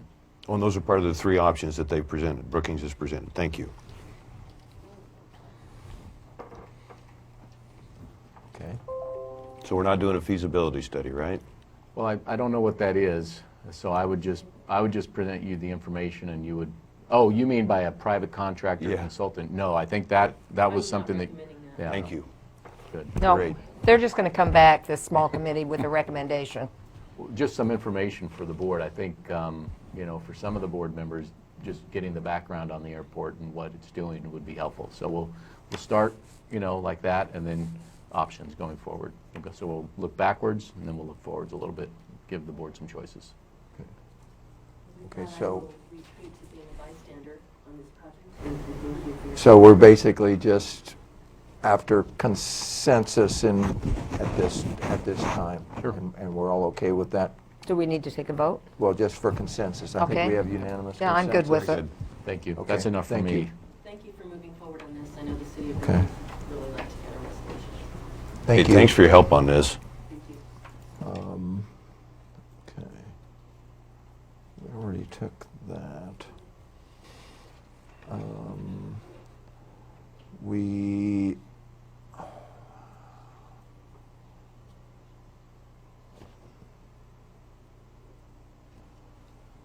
Okay, the next one, we're going to pass and come back to item 11, old business, agenda item 11. Going to agenda item 12, presentations to the board, which is basically memorandum from county council on public records. What was the number of that again? Agenda item 12. It's found on page 270. Which would be 267. Oh, I sorry. have Yeah, but I'm on- 268 to 267, so 283. I'm on the old system. Oh, thank you. There we go. County council? Thanks, Mr. Chair. So for the board, part of my job, I'm on a list with the Association of Oregon Counties, and the way laws are made, the governor has presented what's called a legislative concept about establishing a public records, I can't remember the exact name of the administrator, I think, a public records administrator, who would really resolve a lot of public record requests and disputes about those. And it would be a centralized function of the state. And the interesting part is it would be appointed by the governor, and there would also be a committee. I put a lot of this in my memorandum, and I didn't commit it to memory, but it's there if you need to look at it. The Association of Counties, they're given a copy of this for comments back to the governor to say what the county's position are. And my way of doing things is I wouldn't make a comment of what the county thinks without bringing it to the Board of Commissioners to see what the county thinks. So what I've done is I've done my analysis on pages 269 and 270 of what I think about it. Technically, we don't have to give any comments back to the Association of Oregon Counties on this item, but they just asked if we had any. I thought, well, I'll see what my board thinks. I gave my analysis of it. And then David Brock Smith also had a item on page 282. He added the another article where currently the Secretary of State has a lot of involvement in the public records law, and this headline of this article says that the Republicans say the proposal would undercut the Secretary of State's watchdog role. I think for me, the way I read the law, I hope I read it right, Currently, if there's a dispute between a public body and a citizen asking for public records, locally it goes to the district attorney to resolve and then to the circuit courts. And I think this law would take it out of the district attorney and give it to a governor-appointed public records administrator. And I think I pointed out, and I said the district attorney may have other thoughts on it, but I said that, our district attorney is locally elected, and if it's a local public records request, sometimes, if you have a governor appointee versus an elected official, it could go to accountability type of issues. So those are just it. And then the one caveat I put in here, we recently, with the Oregon Government Ethics Commission, those also used to be if a commissioner said, boy, do I have a conflict here, the local county council, the local city lawyers, the local district or board lawyers would say, here's what I think about the ethics here, and then they would go forward. Now, the state consolidated that into the Oregon Government Ethics Commission. If there's a question on, do I have a conflict here, we asked the Government Ethics Commission about that. Well, in that law, when they consolidated that, they then charge each county a fee for the work that sorry, I shouldn't have done air quotes there, but the work that the Government Ethics Commission does for the counties. And I'll be honest with you, I've used the Government Ethics Commission to get opinions for my elected and appointed officials on state law ethics. I get the idea. It's a consolidation. It's a state law. You have one. You develop a consistent body of law and opinion on that versus having just a local county lawyer, city lawyer giving opinions on state law with however many we have there. So the only caveat I had is they didn't, in this new legislative concept for the public records administrator, create a charge like they did with the government ethics, but I think that's something that is reasonably foreseeable. So those were just my comments. The board's choice is to say, yes, John, you could submit your memo as my comments. Tell the AOC we have no comments. However you want to do it, however you feel about this legislative concept. It was just an ask from the Associated from Oregon Counties. I didn't want to respond without talking to the board. So what is your recommendation? I would say either of we don't have any comment, or you could adopt my recommendation. You could also add this other piece that I didn't include, if that's how you feel. But it's really, and also, I think some of you here have had vast experience with public records laws and may have your own things that you would like to add. So you have probably those choices. One, adopt mine. Two, do nothing. And also, I don't even know how much influence our recommendation or our communication back would have. So, but again, because I'm asked, what does the county think? You are the county as far as I'm concerned, so it's what do you all think? I'm comfortable with you adopting my recommendations, but I know some of you may have some additional things that you want to say about this or add. So it's all, if you've had any time to think about it at all. Sometimes a no recommendation is just as good. So however you want to talk about it, I'll entertain questions. Is there a date that this has to be in? You know, I'm not sure. This was 12/20, the date of this article in the paper. I don't even think that this is a legislative concept, so I don't even, has the state legislature convened to even consider anything. No. So I think there's Some there's time. Yes. I'd like to look at it a little more closely. Commissioner Boyce? I just have a couple comments. Anytime you shut the door on the Attorney General, I get a little nervous, and then creating a new bureaucracy makes me nervous. I appreciate the work very much that you did, and yes, I'm definitely leaning towards your recommendation. I'll follow the AOC very closely because I know they're going to be working on that extensively, and I'm sure that if they haven't already made a decision or plan on some recommendations, we'll be hearing soon. Okay. So I don't mind tabling it, Commissioner Gold. Pardon me? I don't mind waiting. Continued or tabling it, yeah. Yeah, that is fine. You mentioned the term might be administrator. You know, I've heard czar and some other things.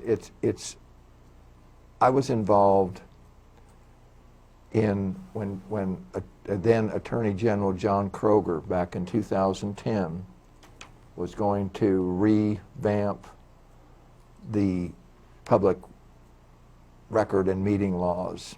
And he, with along of some additional people that were hired just for that are still on the payroll 7 years later, went around the state from about February through June, because I met with him personally when I gave oral and written testimony over in Medford in 2010, about June 2010. It was more of the same. Just was more lip service, my phrase, but that's all it was. See, my gut says The Tone to prove it was make more jobs.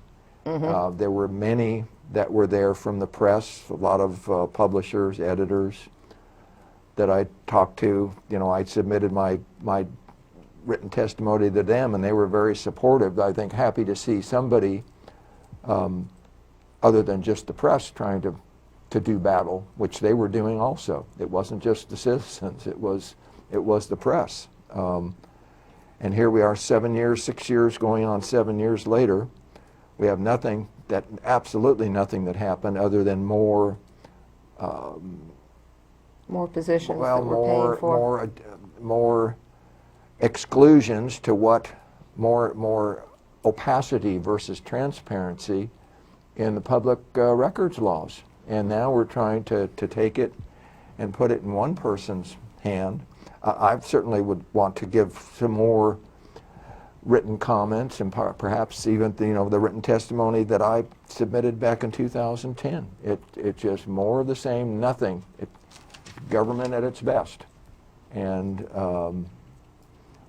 honestly, abuse of power on some of these high-ranking individuals. To give you one example of how frustrating it was, they basically, and this was one of the main points I referred to in my testimony, was they put the regulations as they exist. If you don't agree, whether you're the press or the individual, you end up in court. And you could figure $25,000 if you didn't agree with somebody not providing you the information. And those are the figures I used in 2010, and probably it was higher now. applauded by the press then, as far as right on. That's the press can afford it, but they shouldn't have to afford it either. That's a huge beginning, and believe me, some of them that have taken these issues through the courts, through the appeal courts, have spent a lot more than $25,000. It's prohibitive for the individual, just prohibitive. As for the district attorney, that is another, the reality is you get nowhere with the district attorney, at least not the district attorney in Curry County, because it's a policy of the individual district attorneys. And the policy and written policy that I received from this district attorney back 7 or 8 years ago, again, in writing, when I requested that the district attorney intervene on something that was claimed to be confidential, which I didn't believe. The district attorney wrote back to me and said, I'm not going to do anything. I'm just going to sit on this for 7 days, and in 7 days you can take it to circuit court, period. End of comment. So then that it was prohibitive. perpetuates a lack of transparency. Did I want to spend thousands of dollars to take that one request for that one record to the circuit court? No, I wasn't financially prepared to do that. So you eliminated 99.9% of the people that would want that transparency by virtue of that position. You eliminated them. Maybe 1/10% if they were willing to go the extra miles and the thousands or tens of thousands of dollars for one document. But and the state's only gotten worse. And I think, again, to not put our comments in, even if they're not going to listen to them anyway, I think that's not a good solution. That's not the thing to do, even if they're not. And I So would since bet, you've I would had bet that they're not, but I have nothing to back that up, but I think we Since need you've to- had a lot of experience with this, going through it as an individual, would you be willing to come up with comments, and then at the next meeting, we look at those comments? And Sure, absolutely. Either To agree or- complement what county council has Yeah, done. I either think- agree or I think disagree or- they need to hear the more people, even if it's, we're frustrated and we see, well, here we are 7, 8 years later, and there's still nothing. We have to be tenacious, I think, and not let them continue in that direction. I just think it's a terrible direction to continue with. So this item continue, and you'll bring back some comments? Okay. Yes. Quick clarification. Commissioner Gold, were you leaning towards accepting county council's recommendation there? Or you still want to hold? I'm Well, not put you on the spot either. Yeah, I'm leading towards comfortable with that, that. but I'd like to see some more, like, comments. I think the more we can 'Cause- learn about this, probably long-term the better. Because adding another position, I agree with you, just adds to the bureaucracy and continuation of the same garbage, so. When I you didn't say read that. I got your- horror stories. I these thought that's what days. you meant, yeah. Yeah. Thank you. Okay. Okay, thanks. Okay. We'll see that next time. Thanks again for that work. You're welcome. That's very good. So we're now going to go to the consent calendar, which is agenda item 13.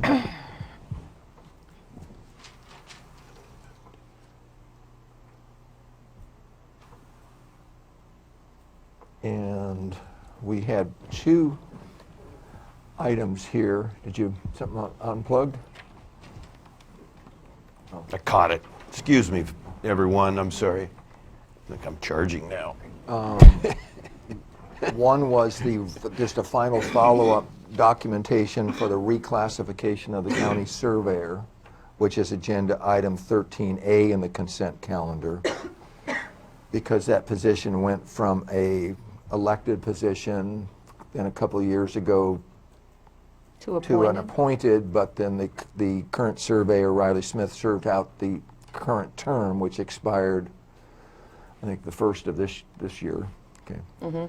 And again, now we were being proactive to have the paperwork in order by the first of the year. So this was required, and we approved basically appointing him, or not going out to replace that position that he had held for the last 2 years, to competitive.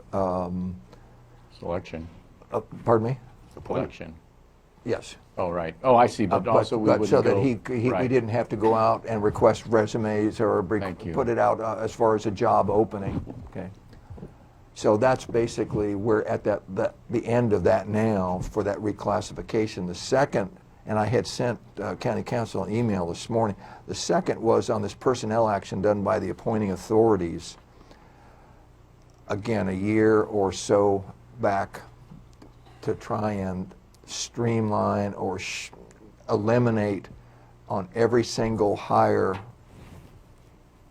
to fill a currently approved position, to have to come before the board as a separate item.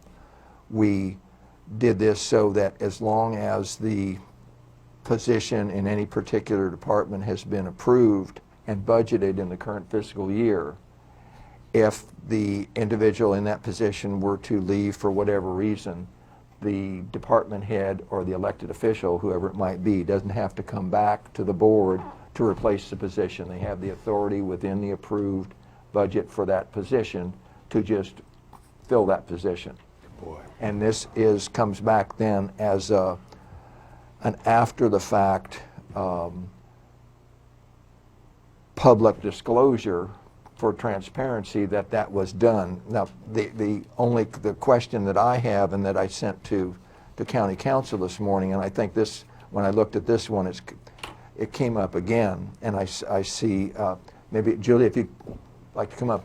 The question I had was, this is approximately 3 months old on this particular case, and my question was, when we created that, I'm not sure if it was an order or if it was a personnel policy, I'm just not sure which it was. I thought we said that it needed to be done within a shorter time period, but I didn't have the time to go The find time it period and was look it up. 60 days. Pardon me? The time period was 60 days from hire. So this one is going on 4 months. When I looked, I think I saw it was in September where the hire order was. When I looked at the document, that's the reason that I'm making, you know, the comments that I am. Let me just go to, it's page 293. So point of was order, not- are we in the consent calendar? Yes. Are you removing an item from No, consent I'm just trying to calendar? get some clarifications to address this, so Okay. if we've exceeded that time, that we don't do it again and again and again. Okay. So who's in Because charge of making sure that these I time asked Julie frames to come are? up, that's That would be Julie. me. But let me go to, Human Resources. okay, 293.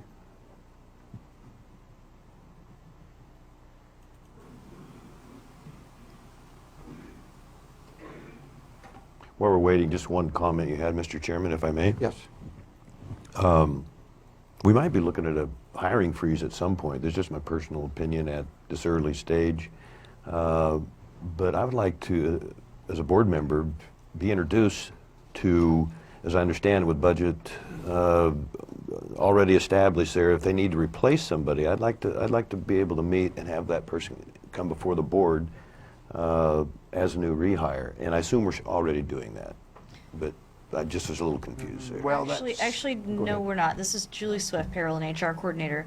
The sheriff came to the board, I want to say approximately a year ago, and requested this change in procedure because by the time he would get someone he wanted to hire and go through the process and wait possibly another 2 weeks, and with the cutoff on agendas, it was holding up his hiring process. So this was in order to expedite departments being able to hire to refill or fill positions that have been budgeted.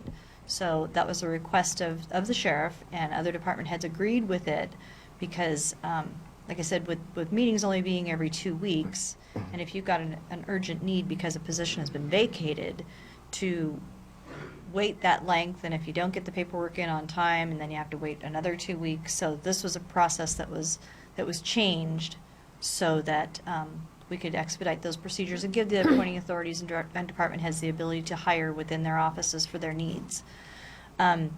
These forms, these personal action forms, the policies was changed to bring them forward within 60 days of the hire date. Because of when meetings have been falling and different things happening, I was out of the office for part of December, so that's why they were actually supposed to be on the December 21st meeting, but they were pushed off. Just a couple of, were you through there? Yes. Okay. Actually, just for the record, I was the one, because of the sheriff's frustration, I was the one that recommended that we do this. Right. And I still think it's the correct way to go, other than these time frames. Now, I'm just looking here that this was completed on September 27th is what the original date was. The start effective date was October 10. So clearly it's significantly more than 60 days. But Are you looking at Yancey Williamson? Well, had it been on the okay. December 21st meeting as it was first put in, then it would have been at least only 11 days out instead of another 15. Correct. So. But I think also, and again, I'm not sure, we had even talked as far as, although I don't think that we reduced it to writing, okay, but that we had talked as far as, number one, to not hold them up as far as a hire. But number two, one of the possibilities, and we could still consider this for future, modifications or amendments, was to at some point bring that person back in just to be introduced during a meeting, but not to hold the hiring process up. But we didn't do that, at that time, because I think still then it was more time for the department heads or the officials. Well said. But I'm not. We went from one to this. We can certainly make adjustments in the future depending upon the. Right, I think the way we feelings of the board. worded it in the personnel rules was that the information would be presented to the board within 60 days, not necessarily that the person would have to No, go. I think that's finally the way it ended up. Yeah. My point was that I think we had discussed that, but that was not that decision was not made, but that was a possibility. County Council. I'm looking at our rules online, or on our county system here. When an appointing authority, that's a department head, has selected a candidate, the appointing authority shall notify the personnel officer. It says all new appointments not subject to final approval by the board shall be introduced at a public meeting within 60 days. Okay, so maybe But we is it the didn't. person or just the filling of the include that. position? It says new appointments shall be introduced, so it's subject to interpretation. I think it could be interpreted, introduce a person as an appointment, or you introduce by presenting the information. The board wrote the rules, so the board can decide what it means. So that's up to the board. So I think, it doesn't change this particular one, but I think it could and possibly should be considered, for further thought anyway in the future. Okay, for the future. So, yeah. And you're right, and the interpretation, all I recall, I didn't go find it and read it, but I did recall that, at least in our discussions, we had talked about. Right, and I One think way, if and you I look, don't if you remember look at in there. the one, Terrence Williams, your meetings are on Wednesdays, he works on Tuesdays and Fridays. So I don't think they need to be here in person. I think that was the, A that was up department to your head to come interpretation. and Right. tell us what's going on. Okay. So do you think we need to make that language a little more clear, so? I think I think going forward, we've got a sense of the board. Maybe we just get consensus right now. You can do an interpretation as we're here. Is you're feeling the information's good? The personnel director, or the human resource officer, has said that. Human resource officer. Anyway, has said that some of the times these employees don't even work on days of board meetings, especially I think with some of our 24/7 departments Right, and with the stuff. deputies. So it's difficult. So there's some difficulties and whatnot. It's just, does the board think the information's good enough, or would you like the person unless we have a reason for just the information? I think the information's plenty. Ditto. Okay. I think I got we good need clarification, to, so thank you. Get it a Less little work. bit quicker All right. in the future. I agree. Okay. Thanks very much. So is there a motion for the consent, to move the Yes. consent calendar? Do we have a motion? There are the two items, and what we usually try to do, unless for good reason we want to pull something out of that calendar, we try and just approve the consent calendar as it has been presented here in the. I move that we approve the consent calendar as presented. Okay. We're doing both items on that? That's the Andy? way we typically will do Yep. things in the consent calendar. You Understand. might have one, you might have 10. No, that's great. I'll second. Okay. Do we have any further discussion? I'm just going to say, that's the beauty of a consent calendar. We can get a lot done with one motion. Good job. Correct, and from my perspective, there was more discussion on both of these items than you would typically see on a consent calendar in the true. future. Correct. I think this was more, this is what they do, but really, the idea behind the consent calendar then is for the board members to look at them, and the idea is, unless the board members want to pull an item, it's presumed that you've read the items and you're okay with them, and you just move the one motion for all the different items, and as the chair said, there could be 2, there could be 10, so just for And the future, that's kind of, You may decide to pull one Yep. or more. You Yep. may decide, as we did here, to discuss it in detail and then, or rather than pull it. I think but polling to anyway. discuss is Yeah. the way to go, otherwise you kind of sort of defeat the purpose. Okay. So we, All right, there was a motion. so a Yep. motion, and was there a second? Yes, there was. Okay. I so say we yes. want to call for the question? Yes. Commissioner Boyce? Aye, excuse me. Okay. And aye. I'm rushing to the next one. Okay, now, Yeah. I see, and I had moved something before, and we have, but now I'm looking here just as this one, and I think this has to do again with Julie Swift. Rather than come back, would the board be okay to also hearing under item 14, because I'm looking at the time also, to just hear from Julie Swift on item 14A, revision of the department head handbook? Yeah, this let's time? go for it. Fine. Would that be okay? Yes.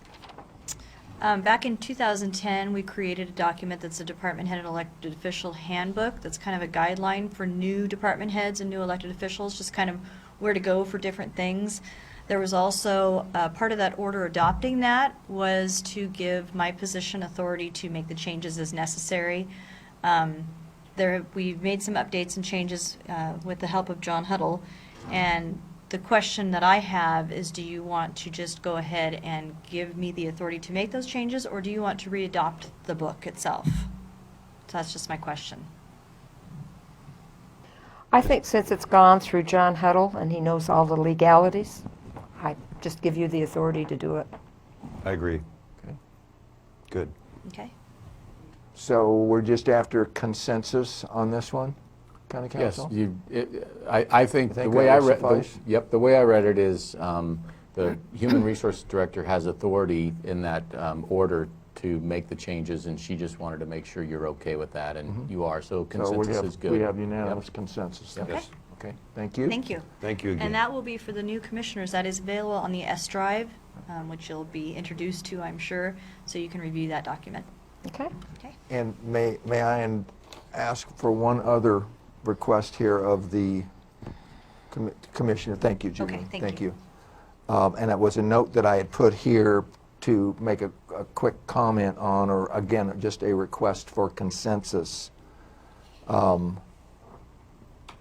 Because something, this had come up over this last weekend. So if I may, it will only just take a few minutes.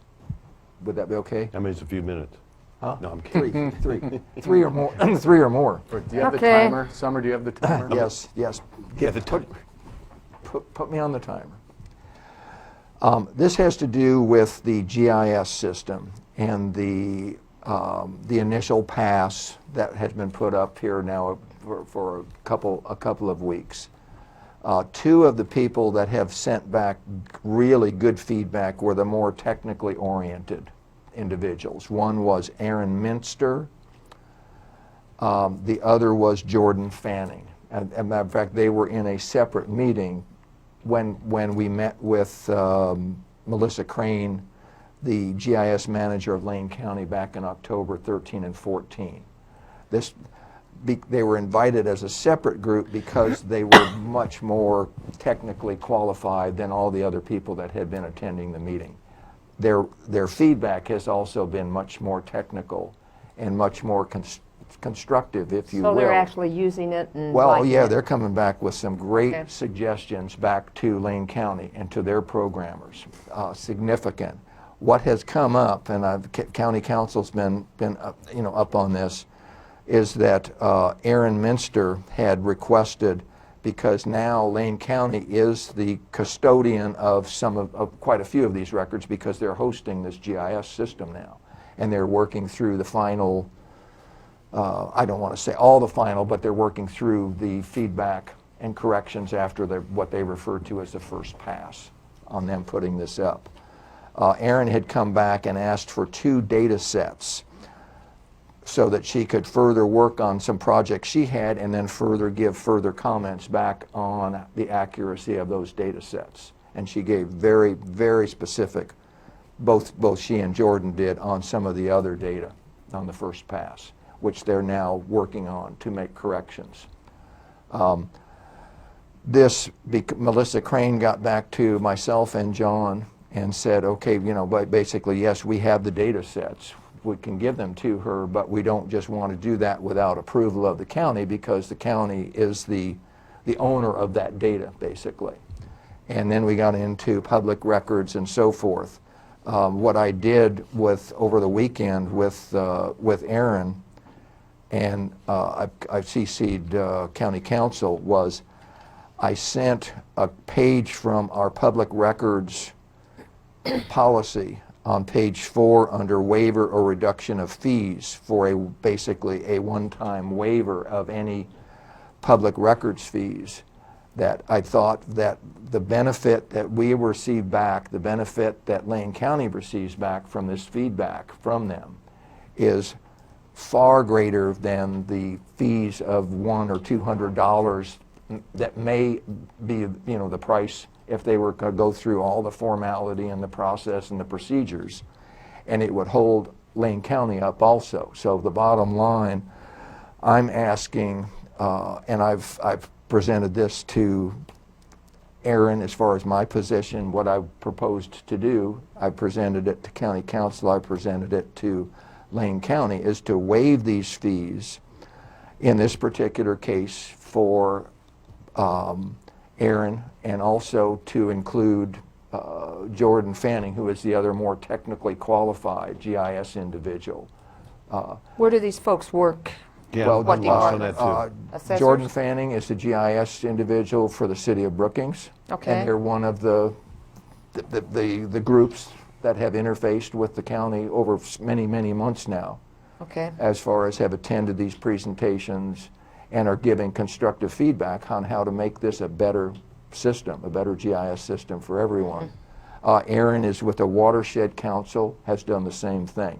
They're the Okay. two certainly most technically qualified individuals that have been part of this this review. So that's what I'm requesting, that we waive, so we can give consensus to Melissa with Lane County to provide them with these records that they do have. County Council? Thanks, Mr. Chair. And then, Mr. Chair, he said one term, he called it data set, and again, all I asked for was an opportunity to check with, I think our assessor. I think there's some part of some operation in our county that sells data sets, but maybe they sell it to private entities versus share it with other public entities. And so I just wanted to check if we are usually charging a fee for this, what do we charge and who do we charge? I had it to? included that in the correspondence. Did you As talk- far as the public records charge? I included the public records charge. I also included the, I asked Aaron, have you ever ever done it? And she said, no. They had, back in 2015, she had gotten some data. She ended up getting it from Jordan, who sent it to her, but she said no. And I think one of them said the only time they paid for the data was when they contributed to our That was Aaron also in GIS years prior project. to that. Sure. So this was Okay. to get more great feedback, technical feedback, quickly Get a good benefit. for from everybody sharing to this benefit, information. and I mean everybody. So Lane County was receptive to processing this data or having the Oh, opportunity? they They just want the they're go-ahead just checking. from us They just because say, you give us they're the working go-ahead, for we us. have it, we'll give it to them. Okay, They're thank working you. for us. So that's, I'm asking for consensus from the board. Lane County. Yeah. Yeah.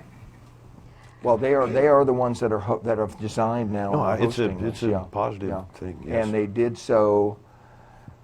The county, just briefly, the county had from beginning in early 2013 to really 2016, had a contract to develop phase 1 of the system.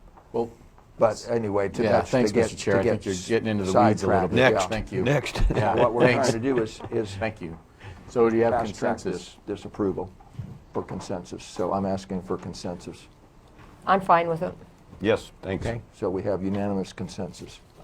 And you want me, County Councilor, or you to get back to Melissa, or? I think you and I can work that out Okay. off record here. Okay. Now, it's 12:15.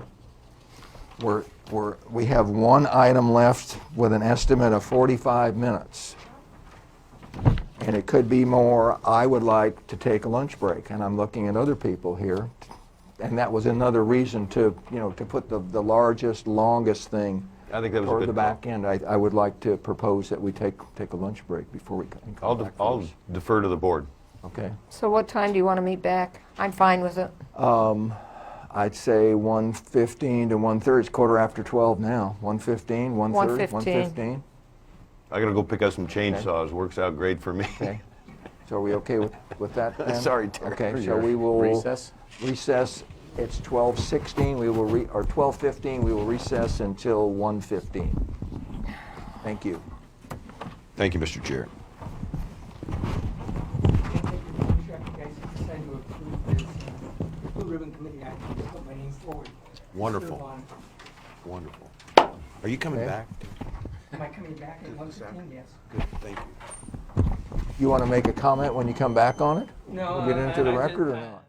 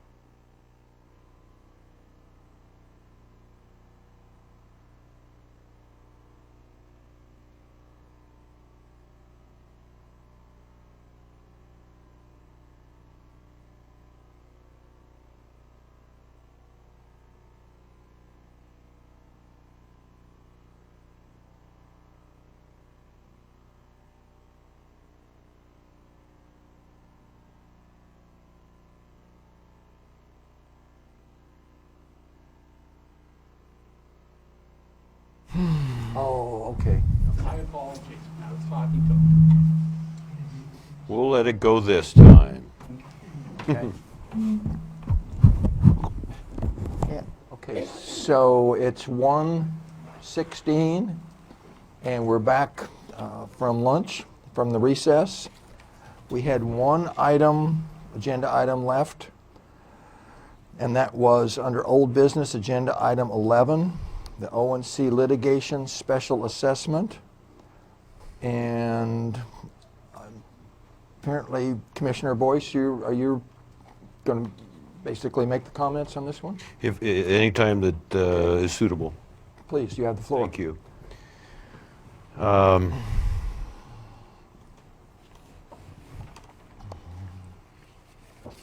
Okay, this is a picture of my grandfather in the late 20s. I promise you that was not the last old growth tree, okay? He was commissioner for 18 years, and he negotiated, along with two other commissioners representing the coastal counties at that point in time. Would you figure? Do we want to put that picture on the overhead? Oh, it's okay. I'm proud, but I'm sure. We'll do a test. County Council? Yep, and then which And who follows instructions and disconnects the the lapel microphone before getting up and trying to walk across? You know we're all going to do that at least once, sooner or later. Don't cover the mic. Yeah.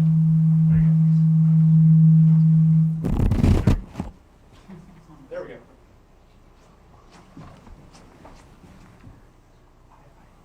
Wow. Okay. It says 1918. That is inaccurate. But thanks for letting me share that, everyone. But I started to mention there that he was one of the original three coastal county commissioners. He served for 18 years. And the 2 million acres of O&C lands in the 18 western counties of Oregon originally were privately owned. And that's a real key part because when these folks in leadership in those days saw the government coming in, they knew how productive the timber was and how important it was to the counties, and that's why Congress passed the O&C Act, as you mostly probably know. And in that act, it was on a very strict sustained yield law that they would do a minimum of 500 million, half a billion board feet per year. And I don't want to go, excuse me, I don't want to go over your 45 minutes here, so I'll kind of abbreviate. But what we want, what the O&C counties, the reason they have filed this lawsuit is because they want to assure that it will be ruled to mandate and for the BLM to follow the original law and on that timber, which, by the way, that's about 35% of the growth rate in those 18 western counties. So I could talk all day about how fast the trees are growing, how quality the trees are. And on a personal note, when you look at, we have families living in cars and trees, timber going to waste, not to mention the fire danger. There's it's just a battle before us, and I think it's one we can win. There's a lot of optimism, and if now is the appropriate time, I'm just really encouraging the board to authorize that 19,000, give or take, for Curry County to join in this lawsuit. If nothing else, it will help buy us some time, and again, I may have more to say, but I don't want to talk too long here. Thank you. What are the chances of winning that lawsuit? When you look at it's part of the O&C Act and it's part of the law, and it's filed in district court in Washington D.C., it's hard to gauge, but this is why there's so much optimism, because the law is so clear on what's. And that was, when did the law? 1937. 37. Yes. Okay. Yeah, because I've heard a lot about this and heard a presentation at one time where the gal said, don't allow them to change the law because you have a chance of defending what's there. It really, especially in those days, it was quite simple, and it was followed for 20 or 30 years, and then you know what happened in the 90s and what the consequences for that have been for the small counties in Western Oregon. And it gets under the president's resource management plan. Basically, the Obama administration, which prompted this suit long term, set aside 80% of those O&C lands. And there's already 6 million acres in Oregon and Washington combined set aside for wilderness, and that doesn't encompass all the old growth trees. I don't know any loggers or timber companies. They don't even take old growth anymore. The mills are not, as you probably know, the mills are not even set up to do anything much more than like 28 inches in diameter. I think one of the problems is the folks back east don't realize that it's a renewable resource. We are so lucky here. And the more you research it and understand what we have to offer in that sense, renewable is just not a trendy term. It is, it's just remarkable the quality of the timber that we have here and what it can do for the entire state and the Northwest and the country. I mean, you could make the argument that Curry County, because of how well it grows here, and Northern California, the redwoods, but very little of that's logged, and what you can do with wood, it's so detailed, but it's the greatest tree growing spot on the planet. And the Russians will tell you they have a better quality fir than us, but it's been disproven.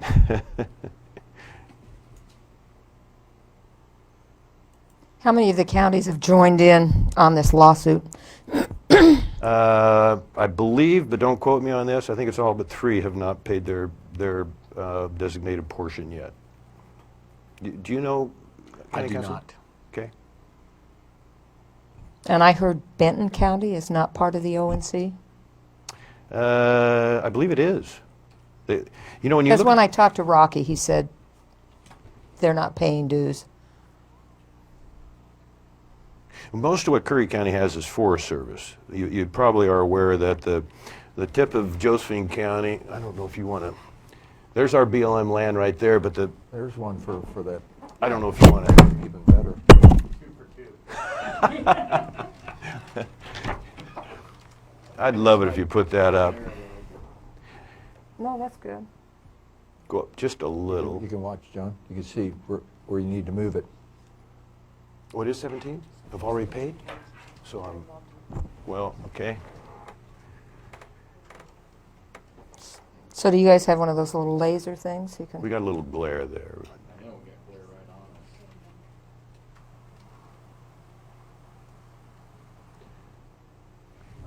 Where's that coming from? The fluorescent lights? Yep.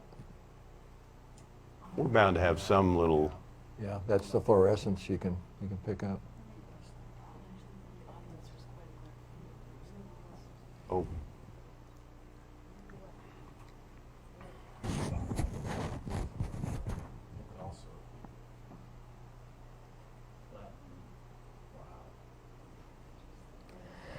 We're going to give you an E for effort. See, that's the way the rest is. And The rest of the state treats us, we're always under the glare, right?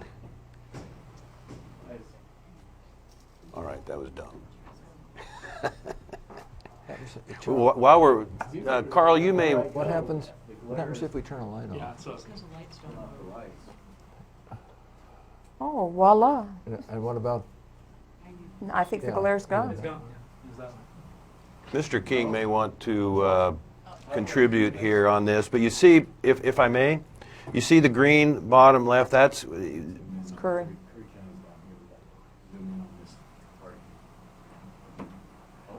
we don't need to worry about the Andreas fault. We just want to zoom it. Yeah, that's good enough. Thanks for the trouble, guys. But the green is federal land. And so 60 to 70% of Curry County is owned by the federal government. So also with the new administration, there's some optimism that some of those, well, even Senator Wyden actually couldn't get past a bill, but was very strong and supportive for, I think it was 450 million board feet, which is only 50 million board feet short of the $500 million required by law. And there was even a joint, in a bipartisan part of Congress, they approved 550 million, which is 50 million over, and couldn't get it through the Senate. So there's some really good things happening here. Timber is so important to Curry County. I think if we can buy time on the budget difficulties we're having right now and do our part on this, which is a small part but an important part, on this, this litigation, yes, I'm very optimistic. Very optimistic. And what it would do, they have estimates on how many people would be put back to work, and it really is a bit of serious hope. Of course, then you get into the demand of timber. You know, what is the demand right now? But the edge we have... We've got the supply, that's for sure. The edge we have, though, is the quality. And compared to even Canada, some of the northeastern Oregon mills are using a lot of pine, which they can use for various products, but it ain't Douglas fir, and it ain't Curry County fir. Interesting. So the demand would be there, is my point. It has been for the last 60 years, 70 years. Well, more than that, actually. I'm surprised that I looked through, you know, all the data, and I didn't see the amount that we're talking about. I thought it was more For like the 16,000. Curry County portion? Yeah. Well, honestly, I didn't see it on any of these pages. I think it is a budgeted item for 19,000 something. Douglas County, which, you know, with Roseburg Timber, Roseburg Lumber, excuse me, they tout themselves as a Doug fir capital of the world, and I think they're putting in a little over 100,000 on the defense of this. So, question, let's just do a little bit of out-of-the-box thinking. Would it be possible to maybe get Ron Fowler to kick in some money for the legal help here? You know, I've got some other some other approaches to him and some of the other private timber companies that I want to present to the board before the end of this month, and something along those lines, Commissioner Gold. So that's not a bad idea. Summer just, Miss Madsen just verified that actually there's 17 or 18 of the counties that have written the check. So we might be the last one or two that have yet to get it done. So I was just thinking, you know, it's in their best interest. Absolutely. I'm going to be asking them for little stands of timber that we can invest for the county, and that will help us keep the roads open. And you know, it sounds crazy, but the better we take the approach to try and keep this county solvent, the better for their investment. And it's just not South Coast. You look right here. All the dark green is the private timber in this county. I mean, I think it's over 22%, and so there's a lot of good, and it's very well managed too. I mean, it's better managed. You know, the Forest Service, forgive me if anybody disagrees, but the Forest Service has two policies: let it burn and no salvage. You're right. And it's heartbreaking to me, personally. Well, I just remember the biscuit fire, and we were not allowed to go in and salvage some of the burned timber, and that's, you know, a waste. It's maddening. It really is. Chair Huxley, how are we doing on time and approach here? When I used the word 45 minutes, that came from the estimate on the agenda routing slip. Great, That's thank all you. that was. But based on that estimate, I thought lunch was appropriate. If it wasn't Absolutely. that much. But. You know, you brought up the biscuit fire, Commissioner Gold, and scientists, you know, in the interest of fish and wildlife habitat, clean air, clean water, recreation, when you look at the biscuit fire, scientists have determined that that was the largest fire, as you know, in Oregon history, 500,000 acres. They've determined that per acre, there's about 18 four-legged critters that burn up in that fire. So that's not good management to me. When you talk about saving the wildlife, we're talking four-legged creatures, which has nothing to do with birds or, I mean, they had nowhere to go. And this is the battle before us, in my view, and this is part of the reason I ran for commissioner, is that, and I'm going to kind of bring us back to fire danger here. When you look around at, I mean, Bandon burned to the ground in 1936, which really wasn't a Doug Fir issue, but it sure contributed after the fire got started. Port Orford burned to the ground in 1882, 3, something like that. And so this is not to be an alarmist, but we have to be on our toes. And you look at every one of our 3 communities are surrounded by Well, I do know the massive forests. Forest Service is not abiding by their own principles, so to speak, because there's too much fuel in these forests, according to what, they say, and so we're having more fires as a result. Yep. And I think the counties should be able to manage more of it. Thank you. I totally agree with that, and I have long-term hopes for that. On the ONC subject, or I guess the primary. You're going to bring us back here to that? Was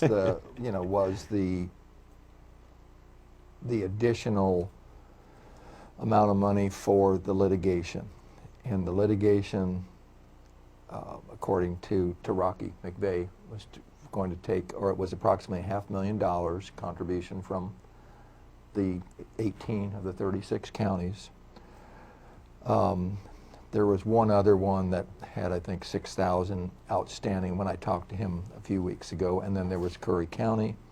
They expect the litigation, or the estimate of the $500,000 was for a period of approximately 2 years, and they expect an appeal, so that it was including the appeal. So they expect this thing realistically to go at least, according to him, a minimum of 2 years. And at least an appeal. Doesn't matter who loses, it will be appealed. It was like that, who wins or who loses doesn't matter. That will be appealed by the one that loses. So this is not going to be decided this year. Okay? It will just be continuing in the process. Of course, what we have to be looking at also, I think in the last meeting that we had, it was agreed, I think, by all, that yes, that had been discussed from budget notes from one of the budget committee members. There was no question that had been discussed and approved, in the budget. We have not just this 19, call it 19,000, or call it 20,000, but not just this, that as soon as we get into the budget for this next fiscal year, which we'll be into very, very shortly, we have the ONC, the Association of Oregon Counties dues, and the Association of ONC County dues that make up another $35,000 or so between those two on top of this. So it's not a matter. I don't even have a real big issue with doing what we said we were going to do, but then what are we going to do for the dues for next year? Because I think the estimated budget shortfall should be somewhere around $3 million, give or take a little bit, but significant. So it's looking further than just the litigation fees. What are we going to do with the dues? So maybe for the next big year? thing is to prioritize belonging to whatever associations. So I don't mean to mention that No, I'm following to you. muddy anything, Understand. but rather than, we need to look here, not just here, at this one number as far as what we're going to do. I also, One day at a time. in speaking to Rocky on this, it was some weeks back, it's not that they don't need in their budget right now for the funds. The 19,000 is not going to break them. But it's where we are. What are we going to do? For the record, Rocky McVeigh is the executive director. Correct. Yes, thank you. He and Doug, was it Robinson? Yes. Especially Doug. You talk about a walking encyclopedia. He Tremendous. gave a presentation to us in early 2015 here on the ONC, our history of the Oregon and California, and it was he's a walking encyclopedia. Yes. Great presentation. So I think, again, the purpose, this is my understanding here is, does this board now approve paying the $19,000 for round numbers, and then go on to, dealing with the budget? Do we pay a portion of it? Do we not pay any of it? But I think the main subject is that litigation assessment, if you will. That's my understanding. Is that, are you of the same opinion?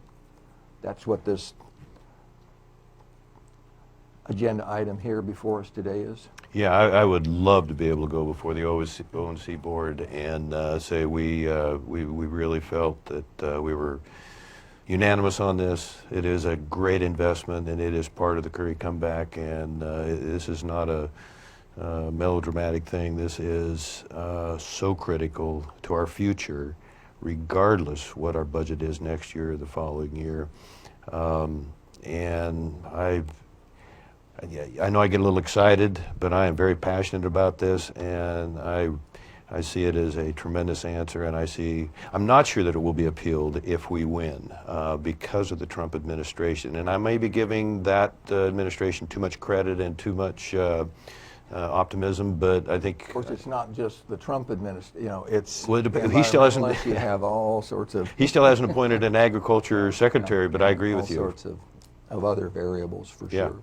I think we need to look long-term, Oh, good. because this is what's really stymied our growth big Yeah. time. And Commissioner Gold, if I can add to that again, and I think it bears repeating, even at 500 million board feet, we're still 40% of what is growing in these counties. And this second growth system that we have is just it's just this huge breath of fresh air. And as you recommended earlier, the county could be have a place at the table to co-manage. And you said it very correctly. I believe that the Forest Service is not managing well. They're tearing up roads at $100,000 a mile. It's easy to research. And tearing up culverts that have been put in for years, which, I could go on for a long time here, but that hamstrings our ability to fight fires. And as commissioner, I think knowing as much as I can about this issue would be irresponsible if I didn't really do my best to politely beat this drum. And you've been here. You know what's at stake. And yeah, $20,000 is a ton of money. But in the overall scheme of what we pay and have to obligate ourselves to, this is really important money. So are you prepared to make a motion at this time? If this is appropriate time, yes, sir. You have the floor, absolutely. Well, do you want a real detailed motion, or just simply that we follow through with a budgeted item of $20,000? So this was already budgeted. Yes. Yeah, that was confirmed at the last meeting. Okay. That there were notes by a budget committee member. And I don't think that was really, the main point, but I think it was very, I think, respectable that was addressed by that budget committee member. He's here in the room. He didn't have to bring it up, but he did. So, yeah, I would say, if we entertain a motion to. So I did make that motion. I'm going to second it. Okay. Do we have any further discussion? My big point is the item's been budgeted. We're looking long-term for the county to come out of this hole. I think it's important. Okay. We're in complete agreement again. Every once in a while that happens. I'll spare you additional maps. Okay. That way we don't lose the microphone again for number 3. Oh, you could have let that go. Sometimes Well, it's the well, the charm though, right? Well, it is entertaining, but not if you actually break it. In the Then nick then of it's- time, you prevented a catastrophe. I think I did again, because I saw you start, you were getting ready. I was Johnny on the spot. So call for the question? Aye. Yes. Aye. Thank you, Commissioners. So, I think, okay, now we have, let's go back over now to agenda item 14 for any other commissioner comments. And we'll start with the ladies first and go with Commissioner Sue Gold, if you have any comments on. Well, I just have a few things I'd like to mention, and maybe we could call them my goals, but my first priority was we need to come up with some sort of a meeting policy so that we can streamline our meetings so they don't go forever. I think today was, to be honest with you, pretty well organized and so forth. Another thing I was going to suggest was coming up with a code of conduct. Some of the meetings I've attended, there has been a lack of respect and decorum. I did not notice that today, which was good. I think we need to agree to disagree sometimes, and that's okay, and move on. And also, I think it's really important that we update our policies and come up with some additional appropriate policies, because this is like our roadmap for the county, and that kind of leads into the next goal. I would like to see a county administrator hired and see how other counties do it, and maybe have a workshop on this as to what we're looking for. But there are other counties that have administrators, and see how that works. How was that for brief? I think you had some good wisdom in that whole approach. I think the workshop on a county administrator has some real merit in my view. Yeah, but I don't think, in my opinion, we could bring a county administrator in right now without our policies being updated and reviewed, because you have to have a nice roadmap for that administrator. And I could just bring to mind, well, a couple of things, like the meetings. We had a problem at the school board. They were going like 6-7 hours. And my first time I went in there, I just said, we've got to do something. This is not appropriate. You know, some people were bloviating and carrying on and on and on. And I don't know whether that's happened here or not. I'm not going to get into that, but It's called calumniating okay. also, Well, or whatever. pontificating. But one of the things we did was come up with a consent agenda. And it looks like John's kind of started that so that, you know, you could take a whole bunch of items together in this consent agenda and vote on that all at once. Of course, the commissioners would have the right to pull one of those out if they had some questions or whatever. But that was one of the ways that we streamlined our meetings, and they have gone from 6 hours to about 1 to 1.5 hours. And you can get a lot accomplished. And what was another thing I was going to say? Gray hair.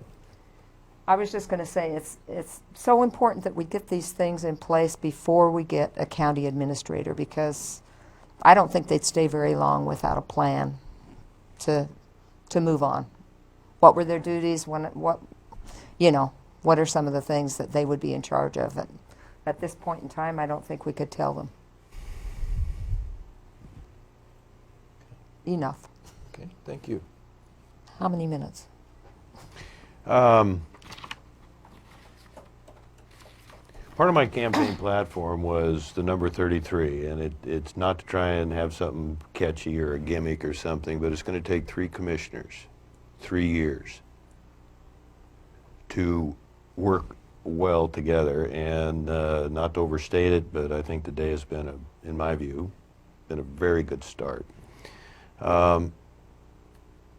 When you look at what we're faced with in essential services and cuts we may have to make, I can't think of a better word maybe than brutal.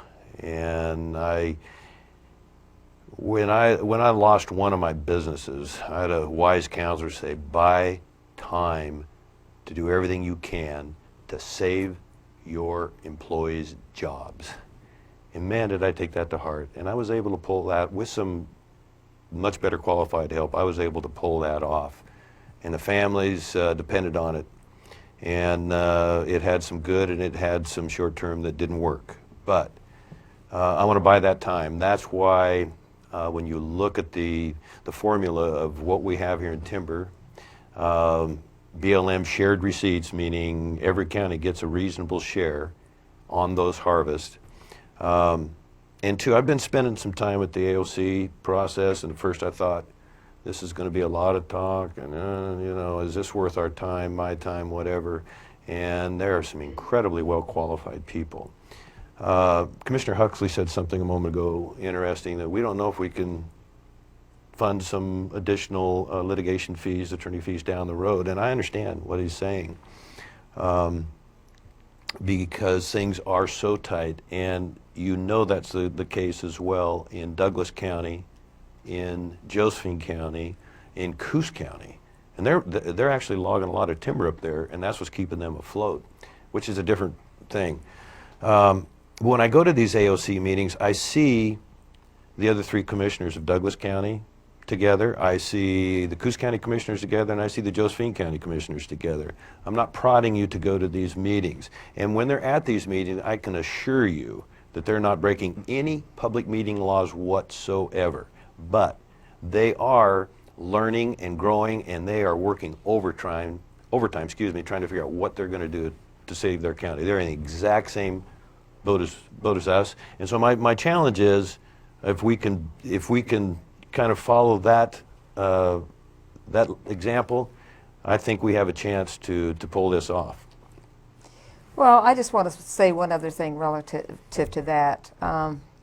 We have a hard task ahead of us, and we all need to be pulling the same wagon, and we can't continue with the backbiting and the snipping behind, you know, at each other. It doesn't work. People need to work together, and I'm a firm believer in that, and work in a positive way.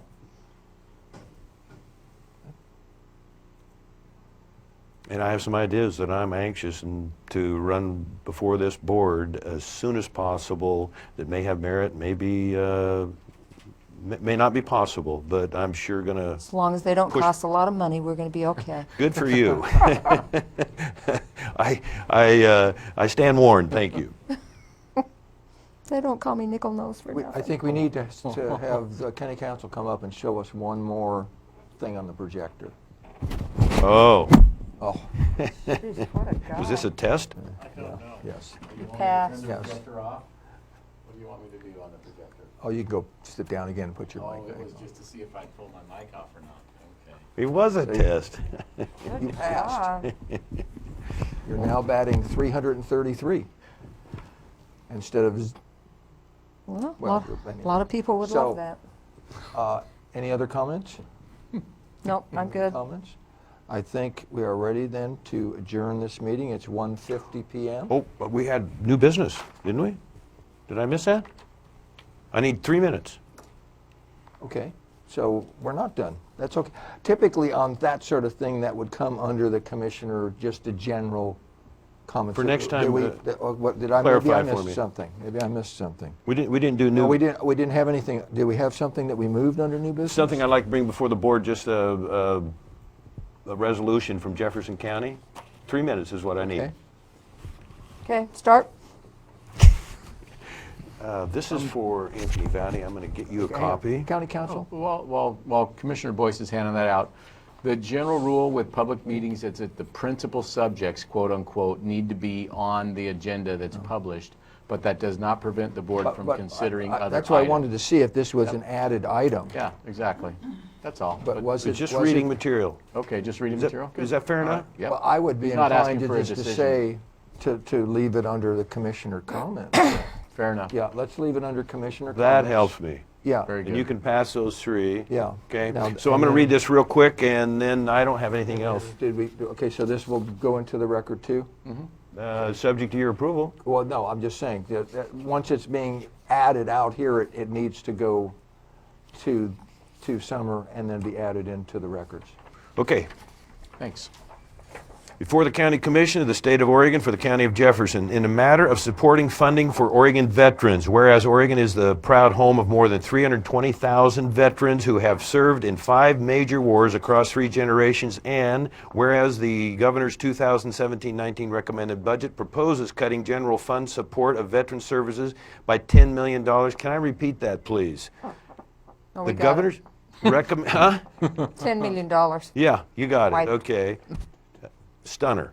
Whereas the 2016 Oregon Legislature unanimously referred ballot measure 96 to the voters of Oregon. The voters of Oregon voted to pass it, 84% approval.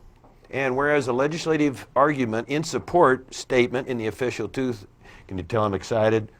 Official 2016 general election voters pamphlet included language stating, in addition to current state funding for veterans, Measure 96 will provide critical support for our veterans, and whereas a reduction in general fund support for Oregon's veterans would not honor the will of the voters, and whereas ballot measure 96 was a mandate for Oregon to increase funding for veterans to better access their earned benefits such as education, housing, and health care, and whereas many of day-to-day needs of Oregon's veterans for housing, health care, and mental health continue to go unmet, and many of our veterans continue to live in the woods, under bridges, and in alleyways, and whereas only 1 in 3 of our veterans access their earned benefits, and 2/3 of our veterans need assistance in effectively assessing their medical, disability, education, and other federally funded benefits, and whereas there is a huge economic advantage to the state for a more robust system that gets more veterans accessing the benefits they have earned, and subsequently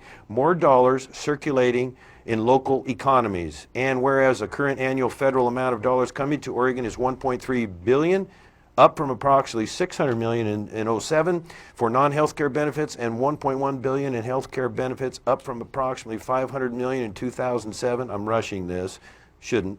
And whereas the federal funds Oregon is able to access and leverage by maintaining its current level of general funds to support veterans significantly lessens the burden on state and county services.